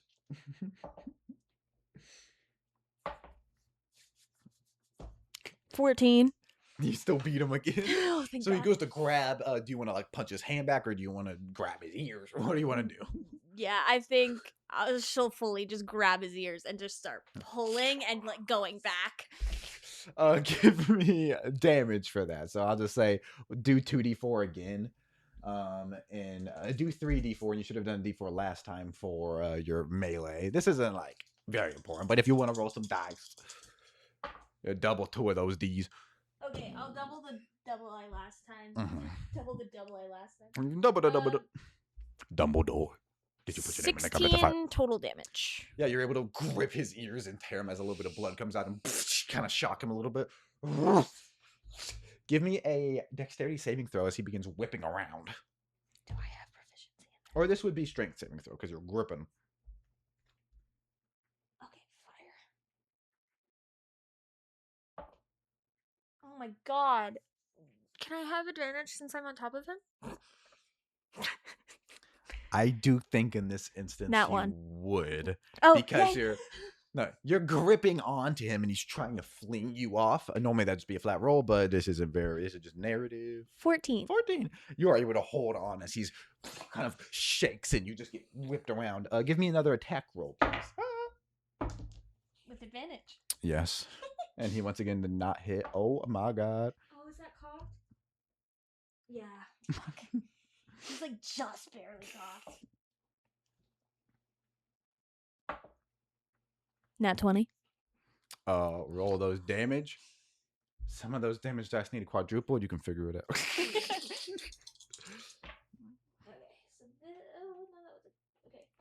so doubled, that is 12, plus doubled again, that's 24, 25 damage. How do you want to kill this ogre? I think she's literally just wailing on him so much, like, to the point where she's just pounding his skull into his skull, like, just his face is start caving in. Oh my god. Yeah, you do one big hit where you kind of punch and shoot your lightning in, and his back of his head collapses in, and his face just falls backwards. And then kind of the lightning shoots down and explodes some of his gut, and just big antshells go everywhere, and you kind of have to hold on as you fall down a couple feet, and his body just collapses, and you're gripping it, and you jump off and land. People are terrified for a moment before cheering. You see there's like a splash zone where some people got like covered in blood and they're like, oh, they get taken away, and you're just, people are cheering for you. I'm not even gonna acknowledge it. I'm just gonna try to exit. And is there more water? No. Yeah, I didn't think so. You kind of just come out covered in blood a little bit. As you exit into your fighting area, Baraka is there, and she's like, good job. See? Play ball with me. I'll give you opportunities like this that you might enjoy. If I didn't know any better, I'd think you'd like me. Yeah. If I didn't know any better, I'd think that too. We got you a new room. Come on. And you get grabbed by your arm and shrug. And you're brought to a room that has a different room. Unfortunately, it does not contain your weapons, but those could prove useful to an individual in the future. This room has a little bucket of water in the corner with a rag, a little plate of glass mirror, a small candle that is mounted, a sconce on the wall, and then a little chair. She sits you here. You're going to be pit fighting for the next couple of days. Enjoy your time here.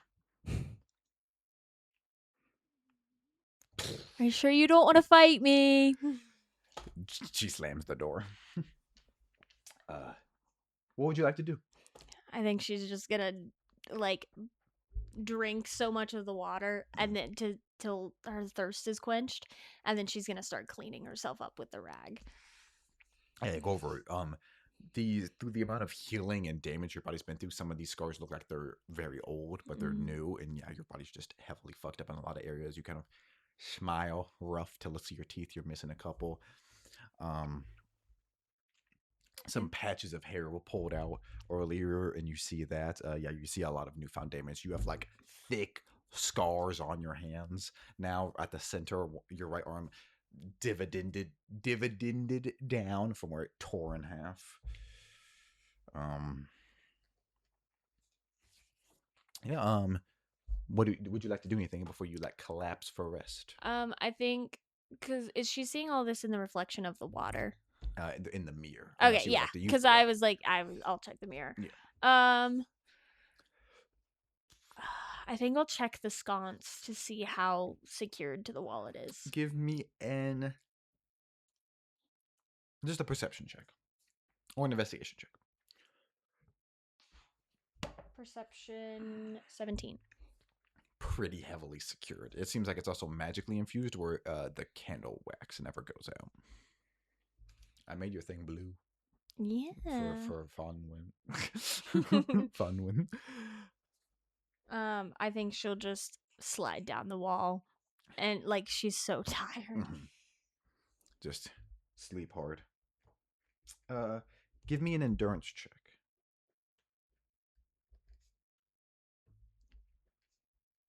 Yep. Yeah, no rush. How many new notes have you added in the 2 hours of this? Oh my god. Only Only 2.5 pages. 1, 2, 3, 4. How you're getting Four to and the a end half. of you're getting to the end of that. I know. I'm actually so worried about this session. I just start throwing shit at you so to cut Here's you paper. out of You said endurance? Yes. 16. So you sleep hard for a long time. Oh. Never mind. Yes. Sorry. Endurance check. I'm trying to remember if I add +6 or +9 because I remember at one point you did say you would add endurance and also your constitution and also your proficiency. So a con check or an endurance check is a constitution saving throw that you can add your proficiency to twice if you have endurance proficiency. I have endurance proficiency. So treat it like you're an expert in it. Expertise, double your prof. 19. Okay. I've been doing it wrong this whole time, but I've been really good in endurance, so it hasn't mattered yet. But I'm glad I figured it out now. I was like, wait a minute. Yeah, you're sleeping hard for a long time. And you kind of come out of it, and you see there is a figure tall in the room, and not so tall, looking in the mirror and just kind of using the water bucket to like wash their hands and looking in the mirror. Who are you? They turn slowly and turn around, and you just hear them go, a masculine voice. Hello, daughter. What a sopping mess you've become. And you look up and a Triton is standing over you. Declan, your father. How did you come to be here? And looks down with just disgust in his eyes as you're coming out of your rest.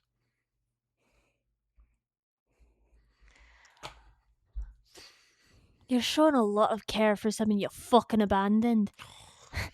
And you know, you call me a sniveling mess, but I just fucking won. You did win. You did beat a man to death. You know what I think? Having cried once. You know nothing about me. I think you enjoy this. Yeah, that's right. The bleeding and the bruising and the cutting, I think you enjoy this. The living off of little sleep and meager food. I think this is how you operate best, because if you can barely make it through the day, you don't have to think about bigger questions. I enjoy knowing that my friends, my true family, are alive. If you're dead, I couldn't care less. Come haunt me all you fucking want, but I just know I will continue to win, knowing that I'm doing better than you ever thought I could. Do you think about those bigger questions at all? Do you think about what I'm doing with my life, or do I deserve everything that's happened to me? Did Captain Krieg deserve to die? Who? Give me a history check. Wisdom or intelligence? Wisdom. And also you can have advantage on this as you're going through a lot of your memories. 7. 7. Is it in my... You know what? It doesn't matter. No, is it in it my... It is in your backstory. That is the captain you shot so you could gain control of your pirate crew, so you could bend the knee. Adamos Krieg. Did I know his name? Adamos Krieg. Adomnus. I know Adomnus. I should have said that. Sorry, I can say you did. You don't go, who? Who? Oh, you don't? I think you were born to be a killer, and a mean one at that. You hurt everyone around you, and if you don't mean to, you still get them hurt by drawing them into your storm of bullshit. And who raised me that way? My raising had nothing to do with you. I tried my best. Your mother tried her best. You tried your best by ignoring me. What would you have done in my position? Raised a child to love them. Your storms were getting stronger and stronger. Then figure it out. I was 13. We tried. Me and your mother. We wanted to keep your brother and your sister safe, and now your sister's drawn back into this bullshit. Now you're gonna get I didn't want her there you either. Didn't send her away, did you? I gave her a choice. I'm going to help her find you. When you that age, you don't give them a choice. We didn't give you a choice. We sent you away, and you should have sent her away. She's to keep her nearly safe an adult. from you. Safe from me? Yes. I'm safe. Your mother's safe. Your brother's safe. She's not, because And she's if with I- you. And if I had stayed with you and you had actually attempted to raise me, to help me try and control these storms, do you think that you would have continued to be unsafe? You would never be in a position like mine. Yeah, but because then of I your wouldn't want to choices. kill you. I doubt you're gonna get a chance to kill me, because you're not getting out of this fucking hole. I'm smarter than you ever thought I was. I don't see evidence of that. Is this the life you wanted? Back to pit fighting, but for a worser audience, more bloody battles, less food in your stomach. If I was you, I would have killed myself a long time ago. The life I wanted, you abandoned me for. And you haven't adjusted in the decades I haven't since. adjusted. You're I really have become pathetic. a mighty pirate. I have found friends. I have found a family who actually wants me there, who finds my storms somewhat useful. Well, I don't see them. I don't see them here, and I don't But see they're any mighty living. pirates before me. They're living because of me. You don't know that. Get out of here, and you might know that. Summon your strength and stop pit fighting. But you won't, because you enjoyed that. You enjoyed those crowds cheering. You enjoyed being covered in blood. You enjoyed the fear that came with that, didn't you?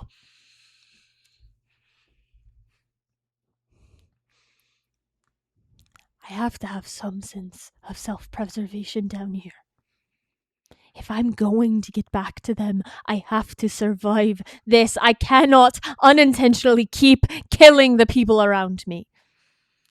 At least you learned something about self-preservation. Just a little too late. And he makes his way for the door. Opens it and just slams it behind him. Before he does that, I'm going to attempt to lightning lure him. Okay, give me an endurance check. 11. You shoot out a bolt of energy that catches on your wrist, and he doesn't even acknowledge it as he just slams the door shut. And you're sitting there, your ears kind of pop, and you're awake. You don't know if it's been morning, if it's been 30 minutes, you're just sitting there in bed.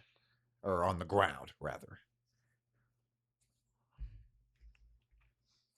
Oh, now I don't know if that was real or vision. And you know what the crazy is? Neither do I. I flip a coin each time. Yeah, Cole did get his eyes cut out. What would you like to do?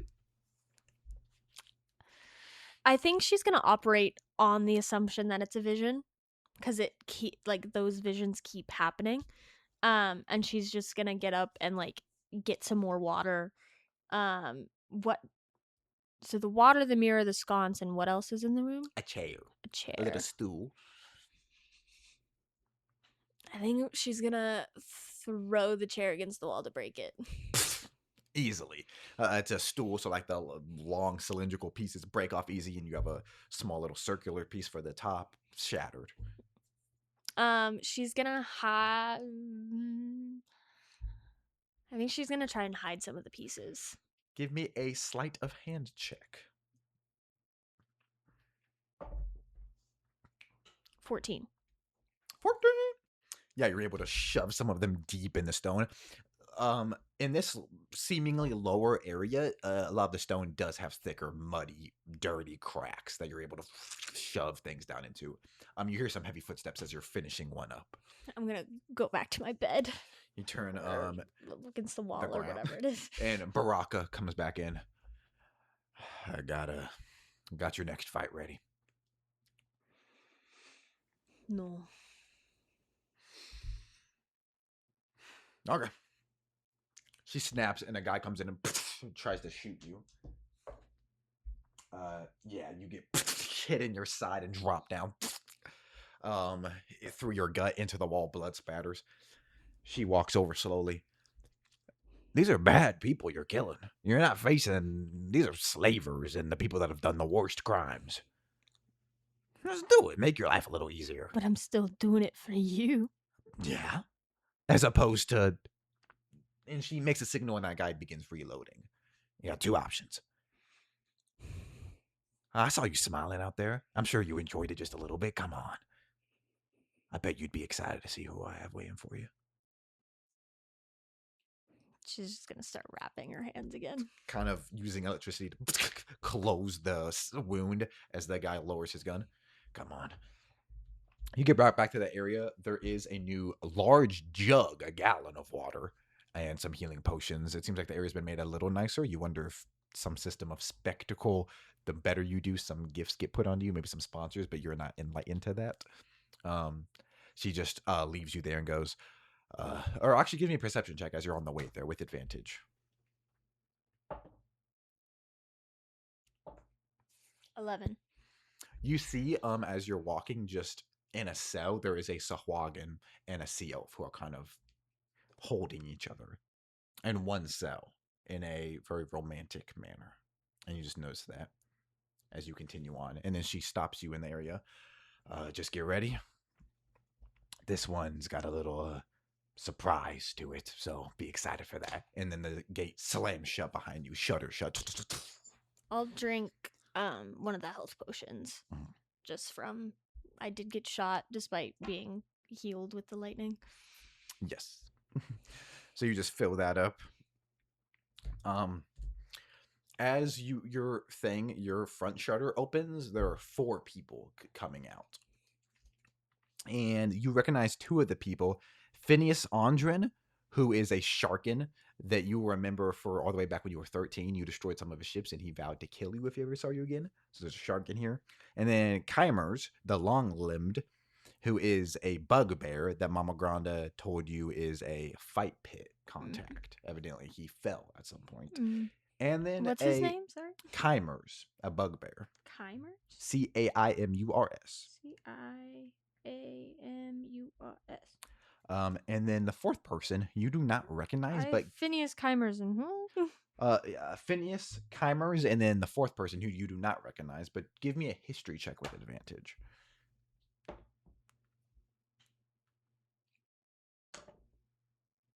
Wisdom or intelligence? Wisdom. 14. 14. They do have a small brand on them, on their chest, that looks like it's 2 chain links interwoven. And it looks like the brand of the Storm's Wake.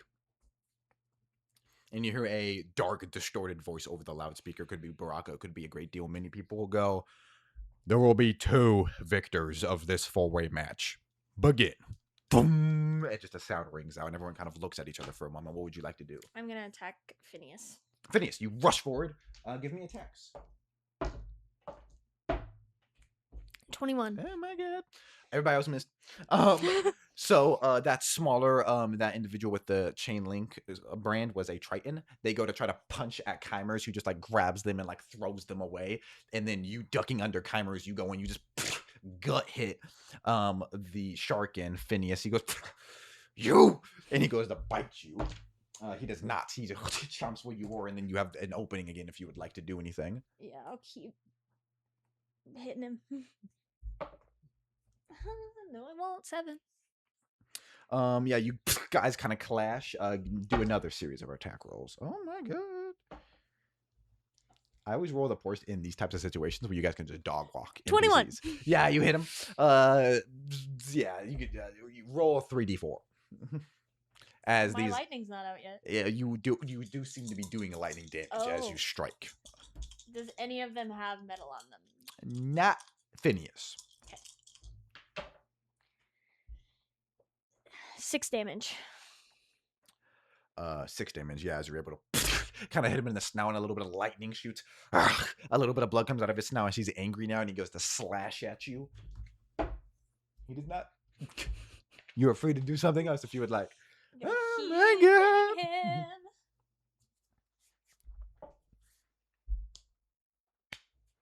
9.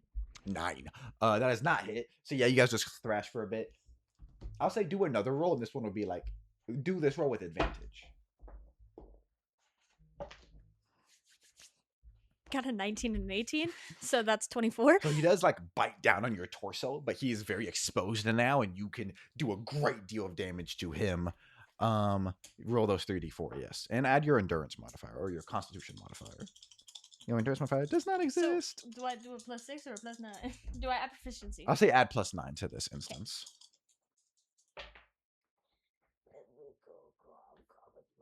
17. 17. How would you like to kill Phineas? So he's biting me. Yes. And he's a sharkin. Yeah. Big shark man. Shark meat. Mm. He's got a fin. Yeah, I know. I was considering the fin, like just literally grabbing it and pulling it forcefully off his body. Tear it off, and you feel his teeth loosen on your side as he lets go of you, and he goes. Some blood comes out of his mouth, and then he goes to swipe at you. How would you like to kill him further beyond that? Oh no, Fawnrun's gonna be real bad. She's literally gonna reach into his body and grab his spine and yank. You kind of sidestep and just using both your hands grab, and as he grabs onto the ground, tries to resist you, you guys struggle for a long while as he heaves more and more, and just you fall back onto the ground, holding his spine as he collapses, alive for a couple minutes longer, but not getting out of here. Mm-hmm. You look up, Chimer's a bugbear who have those long limbs is just choking the shit out of this Triton, who's like weakly batting at his hands. With the spine, or would you like to do something? You rush forward with this spine and kind of cutting your hands up as you're grabbing bone. Give me an attack with advantage as he is distracted. Is that hot? No. But it's advantage, so it's fine. 19. Yeah, you're able to, using it, slice kind of up his back. And I'm going to use Storm Sword. So you do more lightning damage? Yes. Cool, give me lightning damage. And roll a 3d8 for that spine. A d8. Oh my god. That's like 3! Tear any spine out and you do 3d8. 1d4 for the lightning and then 1d8 for the spine? Yes, and add your dex to that. Or your strength or your dex, whatever you're using. It should be strength. I think you have more than that. Yeah. Yeah, do that. Okay, so 1 lightning, 5 plus 7, so 8 damage total. You slice up his back, and he turns and grabs you and begins like tearing your hair off and grabbing and pulling it as blood comes down your face. And then he goes to grab at you again. Give me another attack roll, but not with advantage. Oh my god, a 2. I also got a 2, right. But mine equals fucking 7. Give me another attack roll. I got a 3. Better. 13. Yeah, what would you like to do now as he's just kind of battering you with one arm as he's gripping you with the other? I'm gonna grab the arm that's like holding me and like attempt to like crush his wrist while also pulling it away from my head. Yeah, give me an attack roll.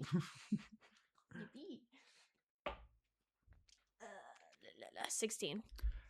You grab his hand and kind of snap 3 fingers together as he you're able to twist it with your hands, and he drops you, and then you hear a stabbing sound, and behind him that little Triton gasping, a younger, probably the equivalent of 15 in human years, a young male, stabs him in the back, and he kind of drops from that, looks back and doesn't know who to attack. You have another opening if you'd like to make an attack roll. Yes, I would.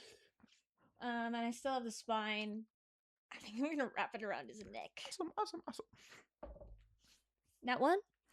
I would say you have advantage. He's distracted. He's flanked. That is a direct idea, yeah. 23. 23, you say. Yeah. Yeah, you're able to kind of with one hand like a whip, wrap it around his neck, and as another side comes, you grab it and you just blood, the spine ridge is cutting his neck, and eventually you just fall backwards as his head drops off. That young Triton looking around. Oh my god. Breathe. Get up. And don't let them know it affects you. Okay. You're hurt. And who are you? No one. I was. You're not no one to me. I see that brand. Who are you? I was just a powder goblin for a little while on the ship. I was there when they. And then a large voice booms out. There has been a change in procedure. There may be only one winner for this fight. Please continue. And he just looks up and he begins backing up from you. Please. Tell me everything you know about the Storm's Wake right now. It was Captain Krieg was a nice man. You were a nice woman for the most part. After what happened, we kind of disbanded. Um, no one was really happy what happened with our three strongest members being out of commission, and I went with one group for a while, but there was only a couple of us, and eventually we splintered. The brand came to mean nothing really, and then the voice says, we need results now, please. Oh, shut the fuck up, Baraka. There's some like, some nobles more disgusted by that than the gross violence that just happened. And then he reaches gently for that knife and just grips it. Here's what we're gonna do. I don't want to kill you. They're not gonna let you get away. And they're not gonna let me get away either. So you're gonna pick up the knife and you're gonna fight me for real. Fight for your life. Because you deserve to live. And he just goes to slice at you. Give me opposed checks, please. That one. Yeah, you say that, and he moves quicker than you were expecting, and he slices you up the cheek.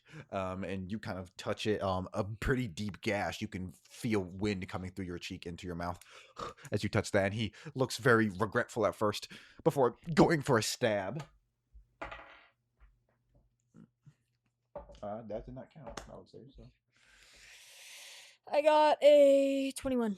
Yeah, he goes for a stab, and he's able to sidestep and bat it away. Do you do any damage to him? Yeah.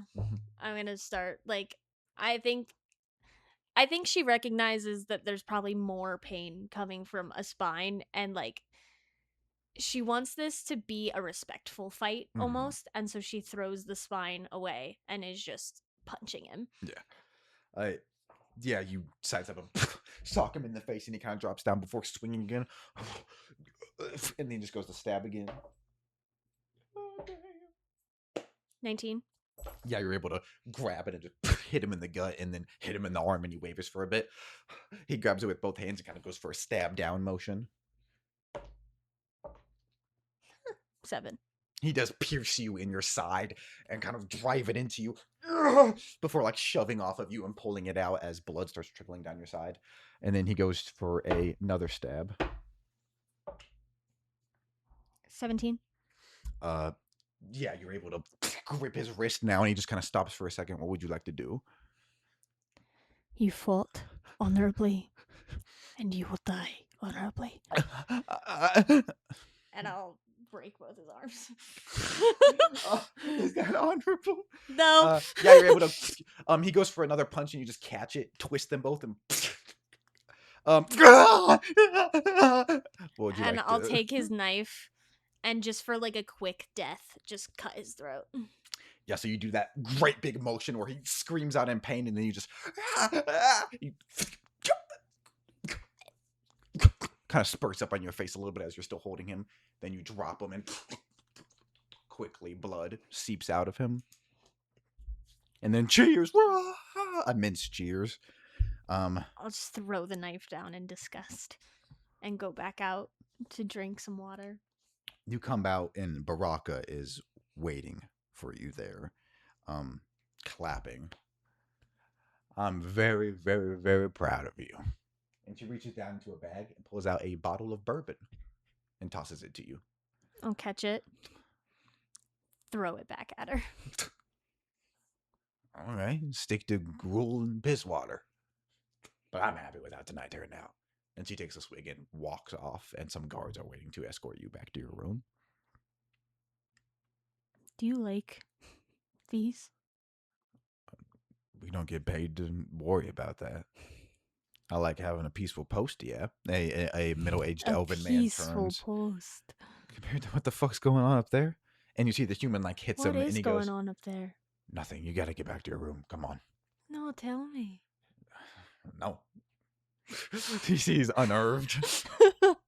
And he grabs at your arm and begins dragging you. Are you sure you're not a little afraid of me? I'm afraid every time I step down here, this place is filled with fucking lunatics. You've seen what I can do to them. Yeah. I can do the same to you. You could, and then you would be shot dead, and you wouldn't be having all the fun you're having. Oh, but we both know I'd get revived. I don't know anything about that, man. But you have doubt. The Don't door, he opens the door. I don't have any doubt. I'm loyal to the council. I'm loyal to all the council members. That's who I fight for. Loyal. It's all you have. They'll toss you to the trash. The first opportunity you're no longer useful to them.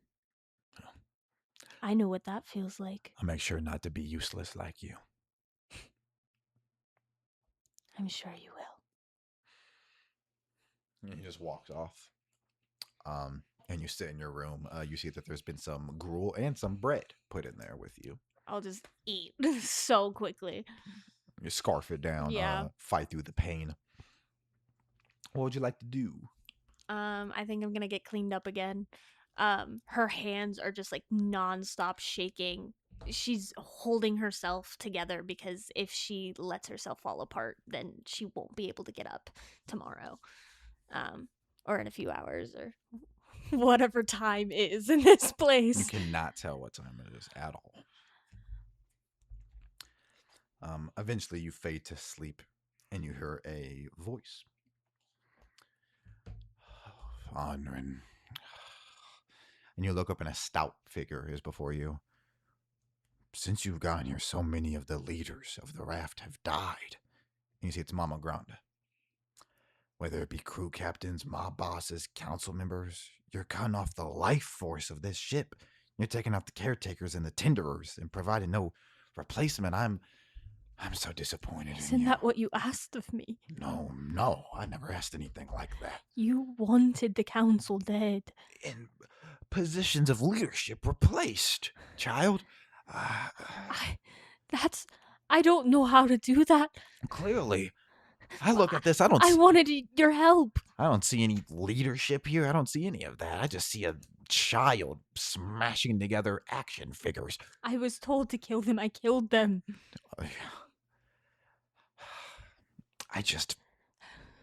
You said you would have provisions, plans, anything. Well, I have some things in plan for the people that didn't turn and work for the council. I'm not working for them. So you're not working for them. I guess Cersei wasn't working for them either. What? I'm sorry, but this just disgusts me. I'm surviving. I'm so disappointed in you. I don't know what else to do, Mama. I can't help you. I don't want to help you. This is... You can't nasty. leave me too. Left you? I've already left. We're gone.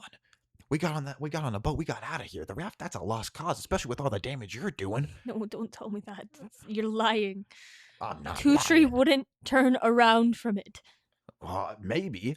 I don't think he went with us. I think he went and got himself killed. He's probably in an alley somewhere. And he has no body to revive and fight forever like you. Real. I think he's You're not real. You're not real. He's probably a skeleton polluting the fucking sewers.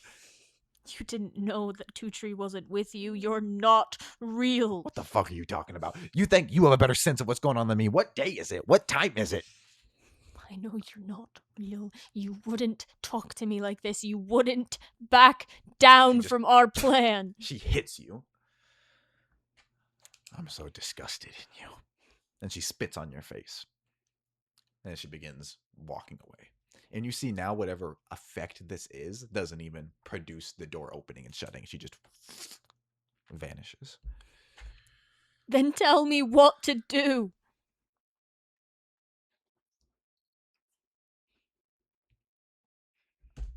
The door opens. Baraka comes in. No fighting today. Luckily, we just got some normal work for you. I'm sure you'll be happy about that. Who has to die? Nobody. Nobody at all. We just need you to charge some parts of the ship. I'm sure you're familiar with it. I'm pretty sure you are. I think, yeah, you've done it before. Come on. And she lifts up that blocking helmet once again. The sense blocker.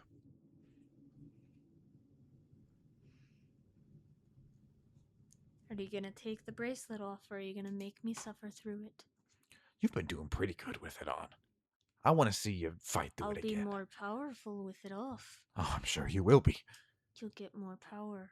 We have enough people working on the ship. And why do you need me to do it? This is more for you than the ship. This is a little test, seeing how far you can go. That's where this dialogue ends. Put the fucking helmet on.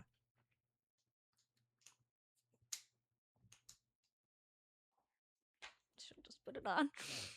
Take it with shaking hands, put it on. You get lifted and drug. You get brought to an area, wait a bit in that area, get brought to another area, wait a second, get brought forward, and eventually your hands just get guided to a metal pole, which you're used to siphoning energy in towards. Give me a endurance check.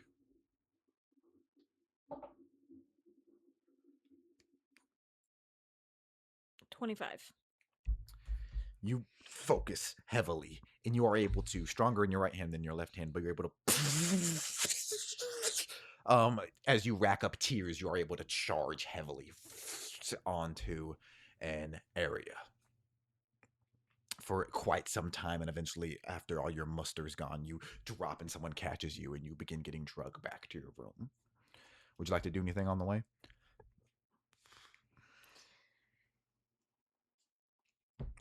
I think that Fonrin is gonna try every opportunity to get out of this hold. Cool.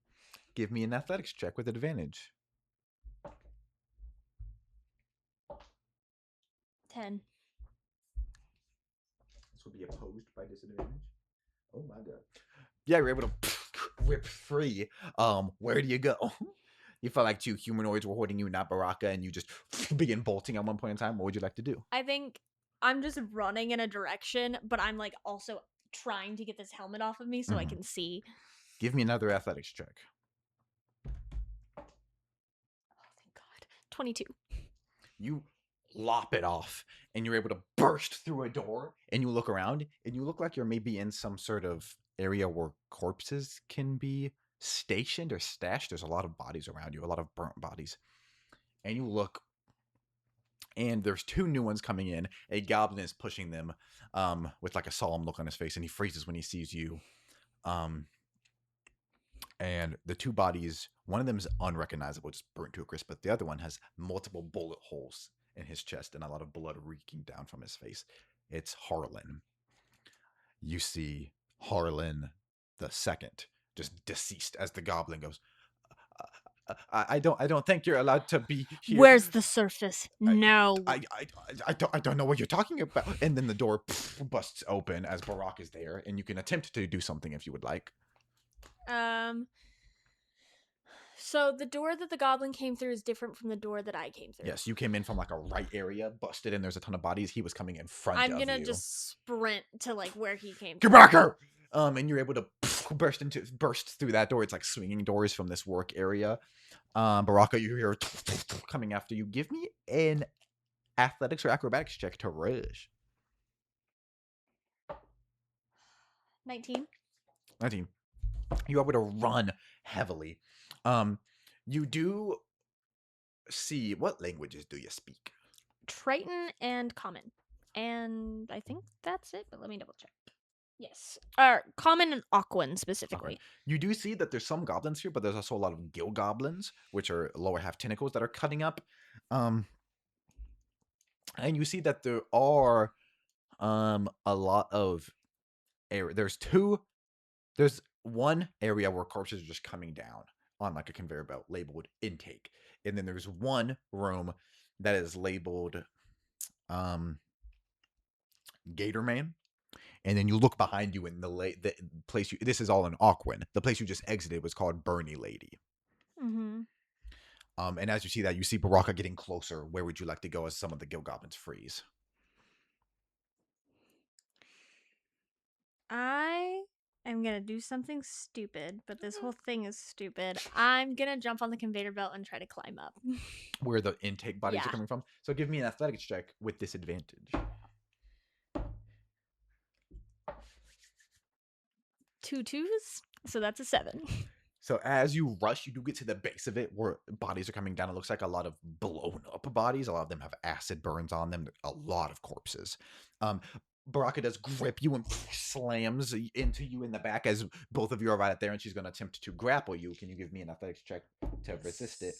Or can you let me know if you'd like to do something else? No, I'll resist. Athletics or acrobatics to resist it? Athletics. Cool. 19. Yeah, you're able to break free. Stop! And then you're able at that point to get up. Give me another athletics check to rush upwards. 16. So you trek higher and higher as you're climbing over dead bodies. The juices like getting in your face. You eventually see a group of Triton coming down, and it looks like the Triton that were picked up by you and your people at the floating lotus. And as you kind of look at those for a moment, give me another athletics check. Unless you would like to do something else. No, I'll keep moving. She can't process any of this right now. Story-wise, Now one.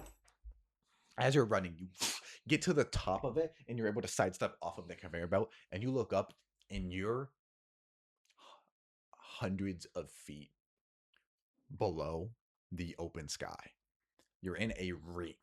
Just looking up, there's a ton of layers of workers. You see some of them are dumb bodies, but some of them are mining coal. And you kind of what looks like a landing zone for winged things. And as you look, there are flying above you. Give me a perception check. You do not see any dragonflies, giant dragonflies. 11. You do see what looks, though, like you can't discern legs, but you've heard tales all your life, a winged beast. You cannot tell from size. This could be a wyvern or something, but it looks like it could also be a dragon. And that is the thought that enters your mind as you turn and Baraka strikes you across the face.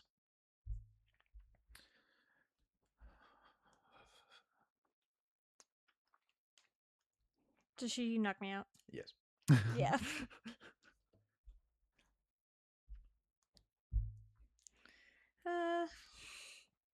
I need to start writing smaller. You're fine. Do you need more paper? No. We'll see. We'll see. Going to get a journal tonight. I have 2 more Great. of this exact journal. Grab them. So. Cool. Vonrin, I don't know where I am. And you hear Irene's voice. I don't know if I'm on Adria on the raft. I don't know if I'm where am I, Vonrin? Am I going to be all right? Vonrin. And as you look around, she is standing over you almost menacingly as you're back in your cell.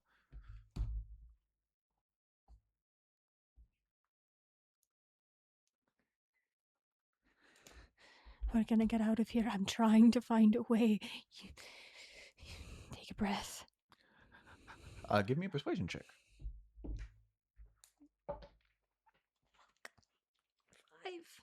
5. I don't think we need to focus on that right now. I'm lost and I'm alone. I don't have you and I don't have mom and dad. I'm right here. And I don't have a brother. Don't have a. That's not important right now. Ko's trying his best, but we're all out of it. I understand. It's gonna be okay. I'm gonna come back.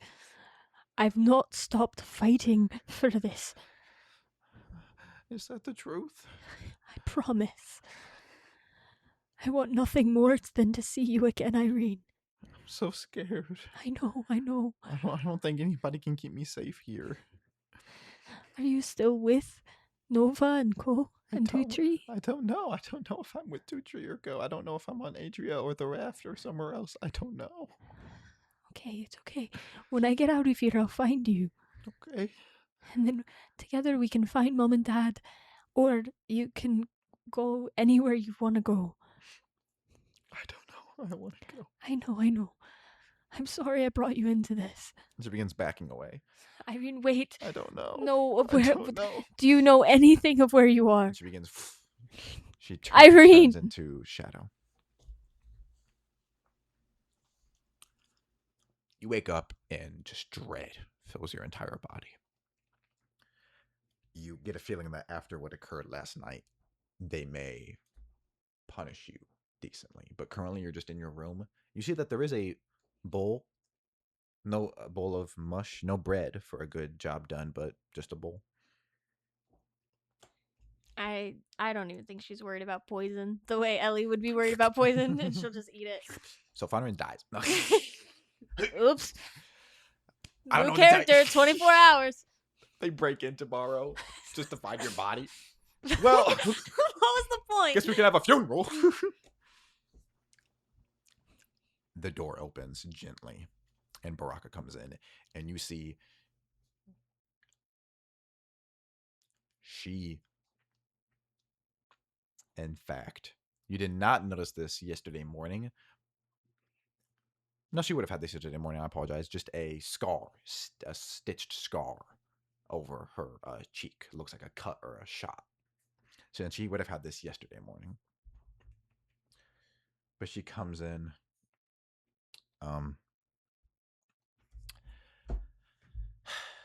Hey, Fonrin. Morning. Got a special fight for you today. Folks are really excited about it. Can I finally kill you? Oh, not yet. I tell you what. If you do good in this fight, maybe I'll throw myself in the ring after that. Does that sound exciting? Another day. We'll plan on that. Get everything situated that you need to. This is going to be a big one. Is there anything you would like to do? She'll just wrap her hands, take a drink of water. You just take a swig, kind of put it over your face. Look in the mirror. A lot of your hair torn off. A lot of it much shorter. You get ready.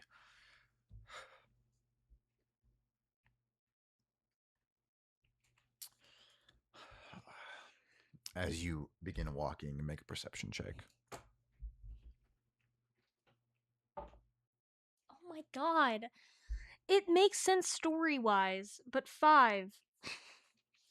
You're really locked in and you're focused, and as you're being drugged forward, you hear a scuffle next to you and you don't turn to it until you hear a gunshot. You look over, and on the ground is that seal from earlier, and the Sahagin over him is just mourning him, letting out a wail of sadness. And as another guard sighs and goes to grab and lift that Sahagin up, he just breaks free and begins running for it.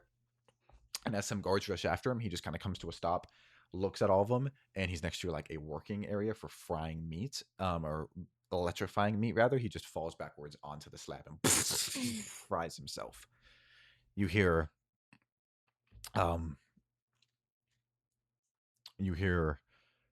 Baraka go, "God's above," and kind of shove you off where you're supposed to be taking, and some of the guards drag you forward as she heads in that area to deal with that. Give me a perception check as you're in the fighting area, and right before you're about to go in, you can look at the spectators. 11. You do see looking down above you is a woman you haven't recognized from this recent fights. Is just a woman in what can only be described as a mourning veil. Dark cloth, a dark dress, and just covering her face. You can't see her, but she's just staring down. A lot more sense of power than other people. As you're getting ready, you hear the voice speak over. We have a very, very, very, very exciting match for tonight. Our reigning champion, Cord's Fury, will have to make a little decision on who she wants to fight tonight. And you do see 2 figures get brought forth with both bags on their head and kicked to the ground. And at that point, your shutter gets pulled open and you begin approaching if you would like to. Yeah, I'll walk in. Baraka is there using a gym to amplify her voice. I guess she should have a choice now. Would you like to make a decision before you like to see who they are? No. Yeah. She approaches one of the figures, and you can see the mask is kind of held up higher. And as she grabs and rips it off, it's Cersei, who is bloodied and beaten. And a guard pulls off the back of another one, and it's Othello. Now, these are two people who you all may not be familiar with, but I believe Fonrin is heavily. Who would you like to fight tonight? Don't make me do this. Baraka angrily marches over to you. We had Scarlet. We have a lot of other members and a lot of other people you care about. If you don't make a decision here, you start shooting. We start shooting other people. I wasn't lying to you. You do good tonight, you'll get your wish. You'll go toe-to-toe with me. So let's make a decision. She kind of slaps you on the face with her heavy gauntleted hand, and then she walks away from you, taking away the opportunity for you to have a quick conversation with her, and watches back over. So, who are you going to fight tonight, and who are you going to give a much quicker death? As they're both looking, you're not close enough. You're like 60 feet away. You can't see emotion on them, but it seems like both of them are gagged. And Othello is like fighting and looking around. So she's just staring at you, but you cannot discern any information on her face. You didn't tell me the other one would die. What do you mean?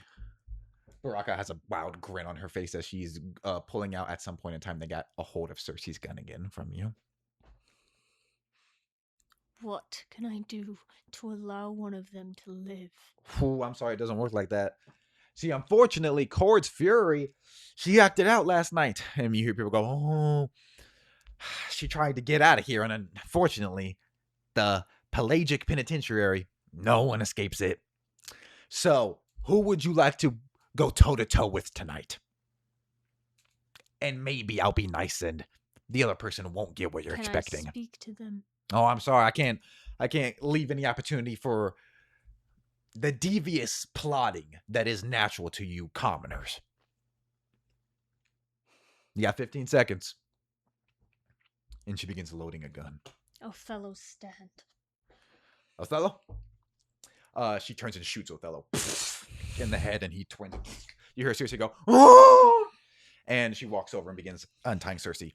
Something that's important to remember is these people deserve nothing that you want to give them. And she tears the thing off as Cersei just collapses and whines and sobs. Do not give them any inch of land. Do not give them any love, respect. Don't let them in your house. These people are monsters and they deserve everything you're giving to them. She frees Cersei now, who tears her mouth off and just climbs over to Othello and holds him and tries to talk to him, even though his eyes are at an angle and blood's coming out of his mouth. Is Baraka still in the ring? She is, as are two other people. Are we ready to begin? And she puts the gun in her thing and starts clapping. Captain, I'm going to tell you one more time to stand. Give me a persuasion check.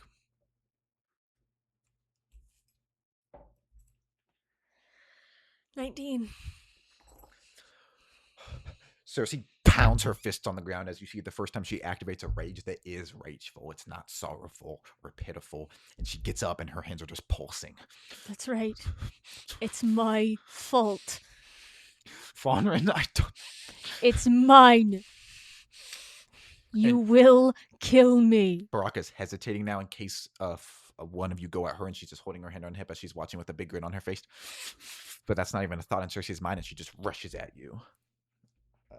Give me attack rolls, please. 17.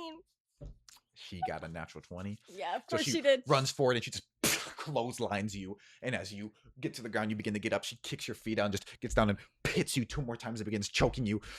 Why did you do that?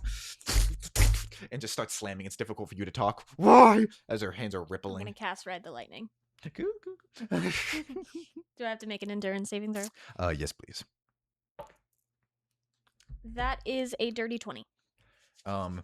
Yeah, a little storm begins to happen, and you see Baraka go, fuck, and just start backing up. Give me a perception check. 18. You do see that one of the guards has his musket aimed at you, and another one goes up and grabs Othello's body and begins dragging it away as the other guard backs up too, and everybody but you is gone. So she's just focused, tears in her eyes, slamming down at you. I'm going to reaction teleport away from her. Just do that, and she's slamming her fist in the ground. Are you above her? Yeah, I'm right behind her. Yo, just behind her. I Yeah. thought in that. What would you like to do as she? Fuck. I'll grab her head, lean her head back. Stand up and fight me honorably. Who's gonna make an athletics check to try to resist that? So can you give me an athletics check, please? She has advantage. 14. You do that for a moment before she rips free and shoves you. Who gives a fuck about honor? None of this is honorable. And she just goes to swing at you again. Oh my god. This makes sense story-wise, so I'm not actually upset by it, but 9. She knocks you to the ground and goes to like stomp at you and you dodge. Oh, she still needs to take her lightning damage. So sorry. Right at that point, right as she goes to stomp at you, just hit by a bolt as she... Is she wearing... No, she wasn't wearing any metal. Yeah. Oh my god. 2 damage. Fuck you and your gods. And she's just gonna go to tackle you again. And give me an athletics check, please.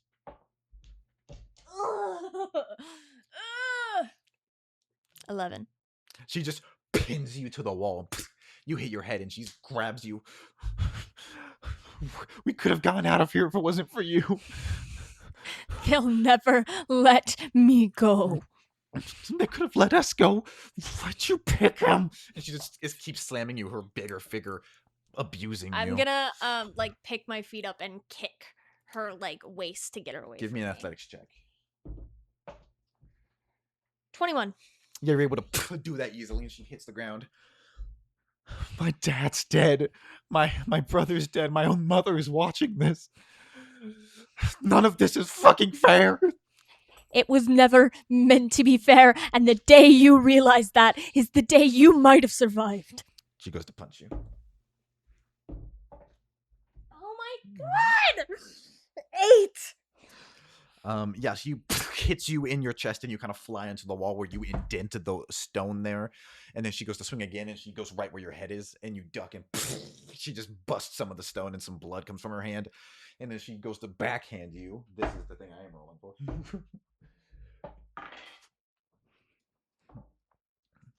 21. You're able to dodge and just hit her. You guys fight bloodily for several minutes. At some point, Baraka returns to the loudspeaker type device. Make sure your bets are in because this is a long and arduous and bloody fight. I don't think there's any end in sight. And so she just looks up and spits blood on the ground. She's right. I don't have anything to live for. Cersei, don't. What do I have to live for? My crew's gone. I'm no longer captain of that. My whole family's dead.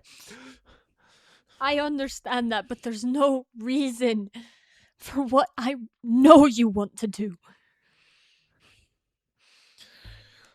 I think there's more than enough reason. And she just begins walking towards you, not rushing, just walking. Cersei, don't do this.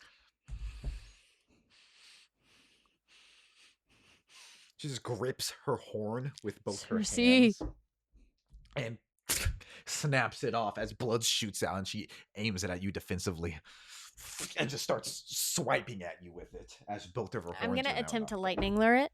Okay. And make an endurance check.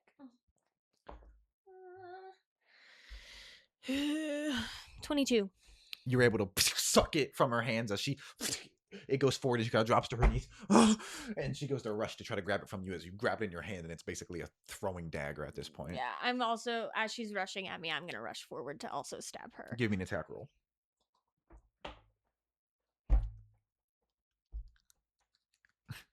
That one. You go to stab her. I was trying to think of advantage ways, but there's no.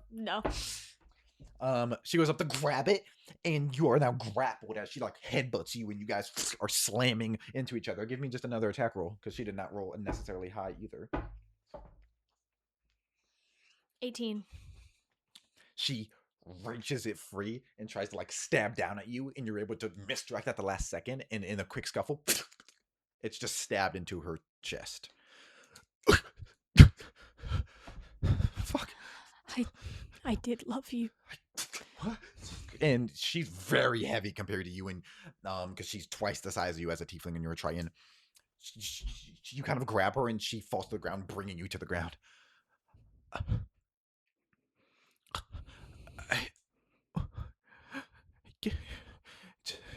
Get them for this. I will. I spent the last couple days just missing you. And then I didn't see what I had as a chance to lose. Othello. Get the crew safe and kill all of them. I will. Thank you, Captain. Using the last of her effort, the last of her rage to get those words out, it quickly leaves her and her body just goes limp. There's a loud roaring celebration. That loudspeaker goes, "The Wraith of the Tides has been killed. This Nautical Brotherhood sympathizer, this person that made disgusting claims about council members. Everyone put it together for Cord's fury." As people cheer and you're just holding Cersei's body. I'm just gonna hug her close to me, like putting her head in my chest, and like just the deepest hug that me and Cersei have ever like shared. Unfortunately. And you hear your shutters open, but you don't go to them, and you hear just footsteps come up to you. I'm sorry, you gotta get going.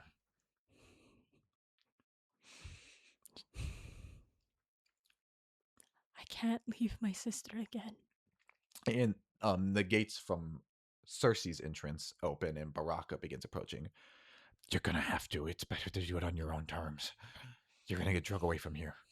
And it's a voice you don't recognize. It's kind of an orcish sounding voice, just a new guard. Then drag me out. You hear him sigh, and he just backs up.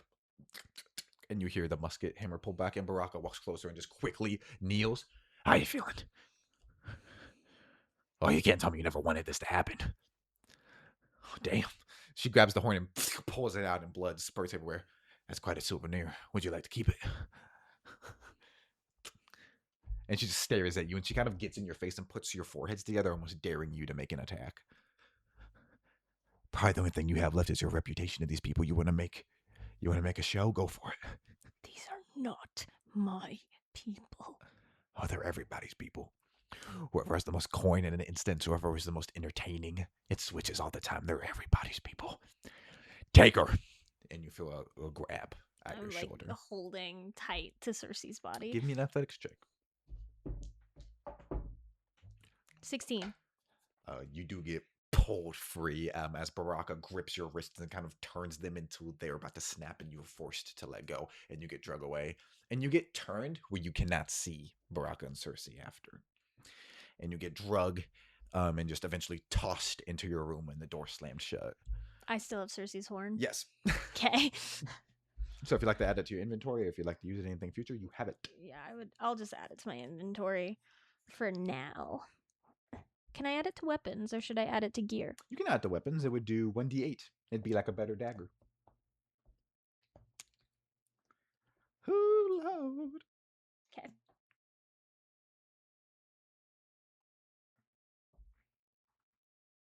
Why are you telling me I spelled Cersei wrong? I sure fucking didn't. Oh, because it wants me to spell circles. I hate when it does that. It takes the real name and just like, well, you couldn't possibly mean this. No. Circles horn. You come back and you do see that there is a bed, a loft. A cot has been put there in the time you were in the fight. I'll clean up again. It's taking express care to like really like slowly cleaning Cersei's blood off of my body. Mourning in a way that Fonra knows that she's mourning, but she also knows that she can't take the time to truly grieve.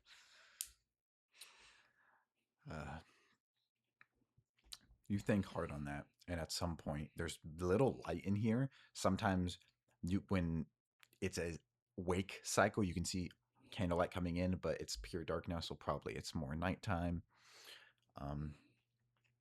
You just feel a gentle in bed a finger go over your ear and put hair behind your behind your ear. I'll pull away. You do that, your eyes kind of adjust. And sitting in the bed, she gets up. It's a woman with a cloak on. She has a beautiful cloak on. It's dark blue. It's almost black. And it's over her shoulders. And a strand of beautiful pale hair comes out of there. She has a strand of a beautifully woven ornamental interweaving kind of seaweed hanging off of her side. Like it's a very important, careful item. And it appears to be Tekana in an outfit you don't recognize. Hold on. I'm sorry. I didn't mean to startle you. Am I finally dead? No. Oh, No. you can't leave me here again. You can't show up here and not let me join you. I've never left you. I'm always with you. You know that. And she reaches out again. I'll allow. She just gently takes your face in her hand. You have more to do. I don't wish I could tell you that I'm here to take you because I don't want you to be taken. I want you to go on living, and if you don't want that, it doesn't matter. Because Irene is out there and Ko is out there. Tutri needs someone to reel him in, and Nova needs someone to stop her from casting herself out.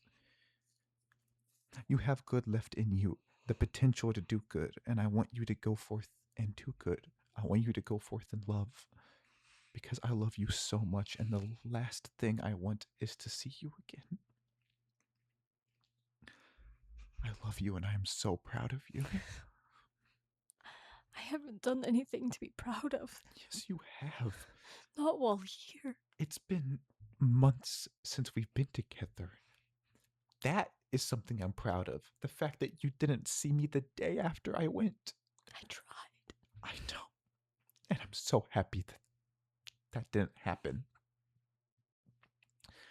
Because even then, that wouldn't allow us, I don't think. I cannot be proud of where I am. That's why you have to stay here. Because if you die in this way, this will be the way you died. This will be the end of your life and your legacy. And that is the last thing I want. I do not want that. Please. I don't want you to have to make promises to me. Take me home. This isn't your home. You are home. You were my home.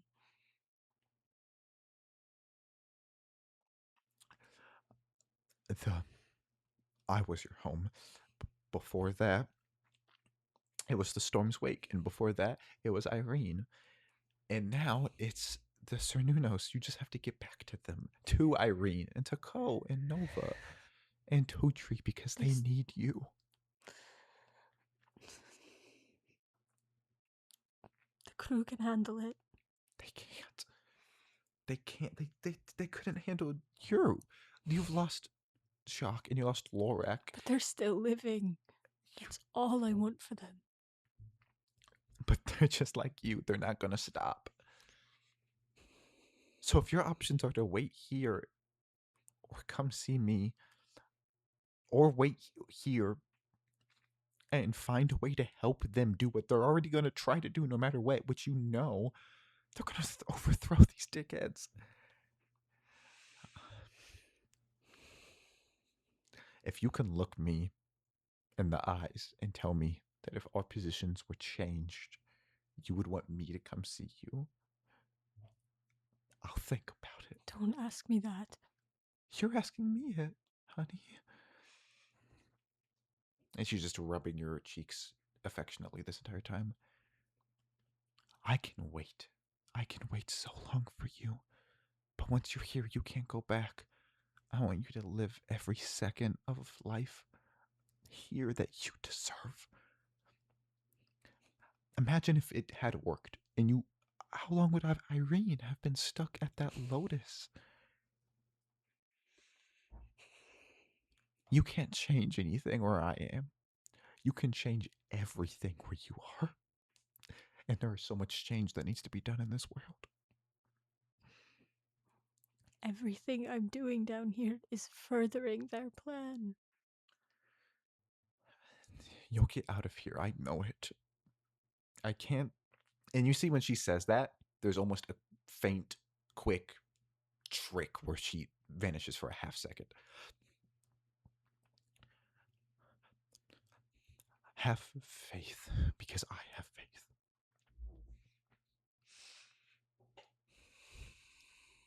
My faith is the only reason I'm not dead now. And I want you to hold on to it. I can wait. I can wait 1,000,000 years for you. Because if you're here, that means you did not die a happy woman. Because I didn't die a happy woman. And I know it's beautiful if our souls have the same feelings, but the last thing I want is for you to go like I did. I don't think I can ever get over you. That's okay, honey. You don't have to. Use me. I want you to use me. I don't want you to forget me. You can mourn those you've lost and bond with others to lose in future wars. You can love me while loving another. I don't have ownership over you, and you don't have ownership over me. Our love is pure and ethereal, and it'll exist in perpetuity. It'll exist if you die here, or it'll exist if you die as a very old woman. You deserve to free yourself from the shackles you've put on yourself. So many others have put them on you. Rid yourself of your own. But if I move on, doesn't that mean forgetting you? Even if it did, I would never forget you. And I would love to spend time reminding you of us every day until you remember once you're with me. But I know you would never forget me.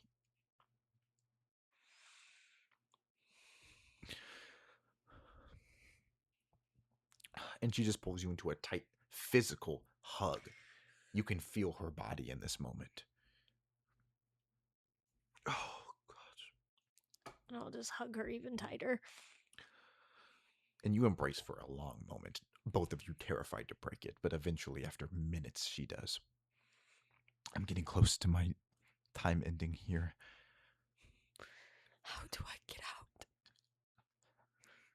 I can't tell you that. But this is not the end of your story. View this as fuel. If you die here to this, you'll come see me. And if you die in 100 years, you'll come see me. Spend your life.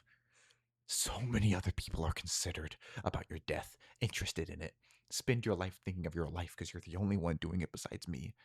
Live your life and let death claim you whenever it does, because when it does, I'll be here. I don't know how to live without killing everyone. And I don't want to do that anymore.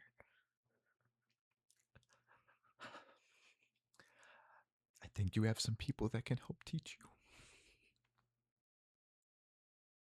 I think I do too.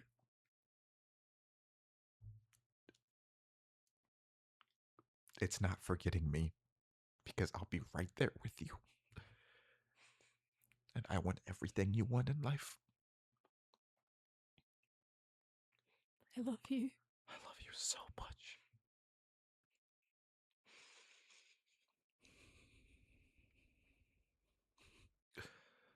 I have to go now. Will I see you again? Like I said, in 200 years or in a day. I don't know. Even this being here is something he hopes you don't remember, because this is not permitted. And you see she begins to crystallize. And she looks ethereal and beautiful as this happens, as her body leaves.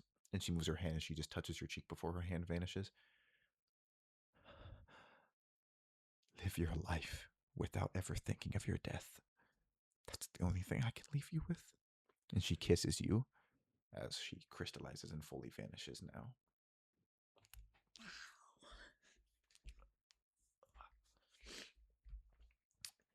And your head twitches as if you've just woken up. But you can't tell if it was a lapse in consciousness for a half second or if you have awoken.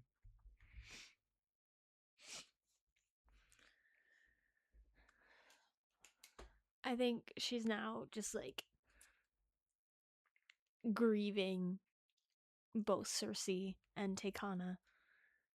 But she knows any second now someone's gonna show up because it's always how it works out. And so she stands and she goes to the bucket of water and just splashes water on her face, trying to recenter herself, knowing that she cannot feel what she wants to feel right now.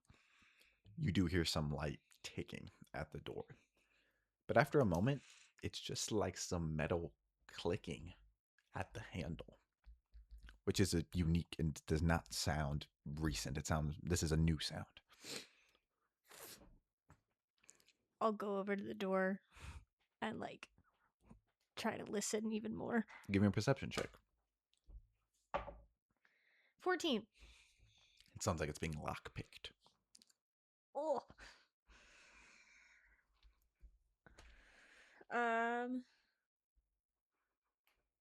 I'll back up. There's no way. I don't know how to help from this side. So I'll just get out of the way. The door pops open. Someone in the hood comes in and slams it shut. It begins like lockpicking from the other side to try to lock it. And he looks over his shoulder. Thank God. Who the fuck are you? Edward takes his head off. He's very bruised. His forehead split open. 500. Oh, fuck. Edward? Yeah. He has heavy bags under his eyes like he has not gotten a lot of sleep. Listen, I can get us out of here. And he's like looking around as if there's windows to peer out of to sneak around and look, but there's not, obviously. And he just, you see he has a tiny gun with him and he begins making sure it's loaded. Do you know the way out of here? Yes. I saw some tubes I think we need to get into. I think they shoot us up. Then let's go. Grab everything you need. Nothing. I'll have Cersei's horn. He just looks at it and goes, I'll explain later. You're fine. Creaks the door open. Doesn't see anybody. Comes outside. Give me a stealth check, please. As you guys are creeping through the walls. Is that cocked? Oh. That's cocked. No, it's not. It's not? It's not touching it. Oh. I guess I'm not. so pissed. Hold on, I'm going to take a picture of this. Microscopic evidence going on tonight. Make sure you don't send that to anybody, because this event is not occurring. That's crazy. Is disgusting. I want to put that on the camera.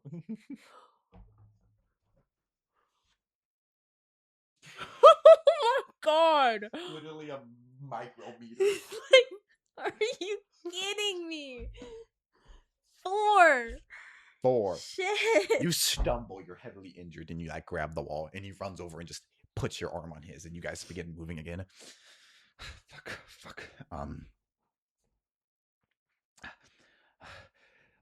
Give me a wisdom saving throw.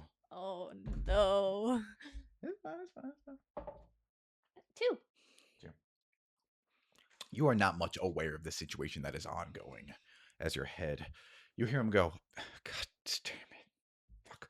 And you continue getting lugged on. He is kind of helping you move heavily. And he gets to a dark corner and he sits you down and he looks like he's pondering. Sorry, No, you're fine. You're fine. I don't know how we're both gonna get out of here. You get out. What? You have a wife and kids back in Adria. You get out. I haven't seen them in years. You have a whole crew that's waiting on you. Edward, we're getting you out. I'll find them and I'll tell them about this place. I'll tell them about you. I know you will. Okay. You're the best chance I have. You can see me. I can barely move. I don't even know how I get the energy for the fights. Get out. Okay.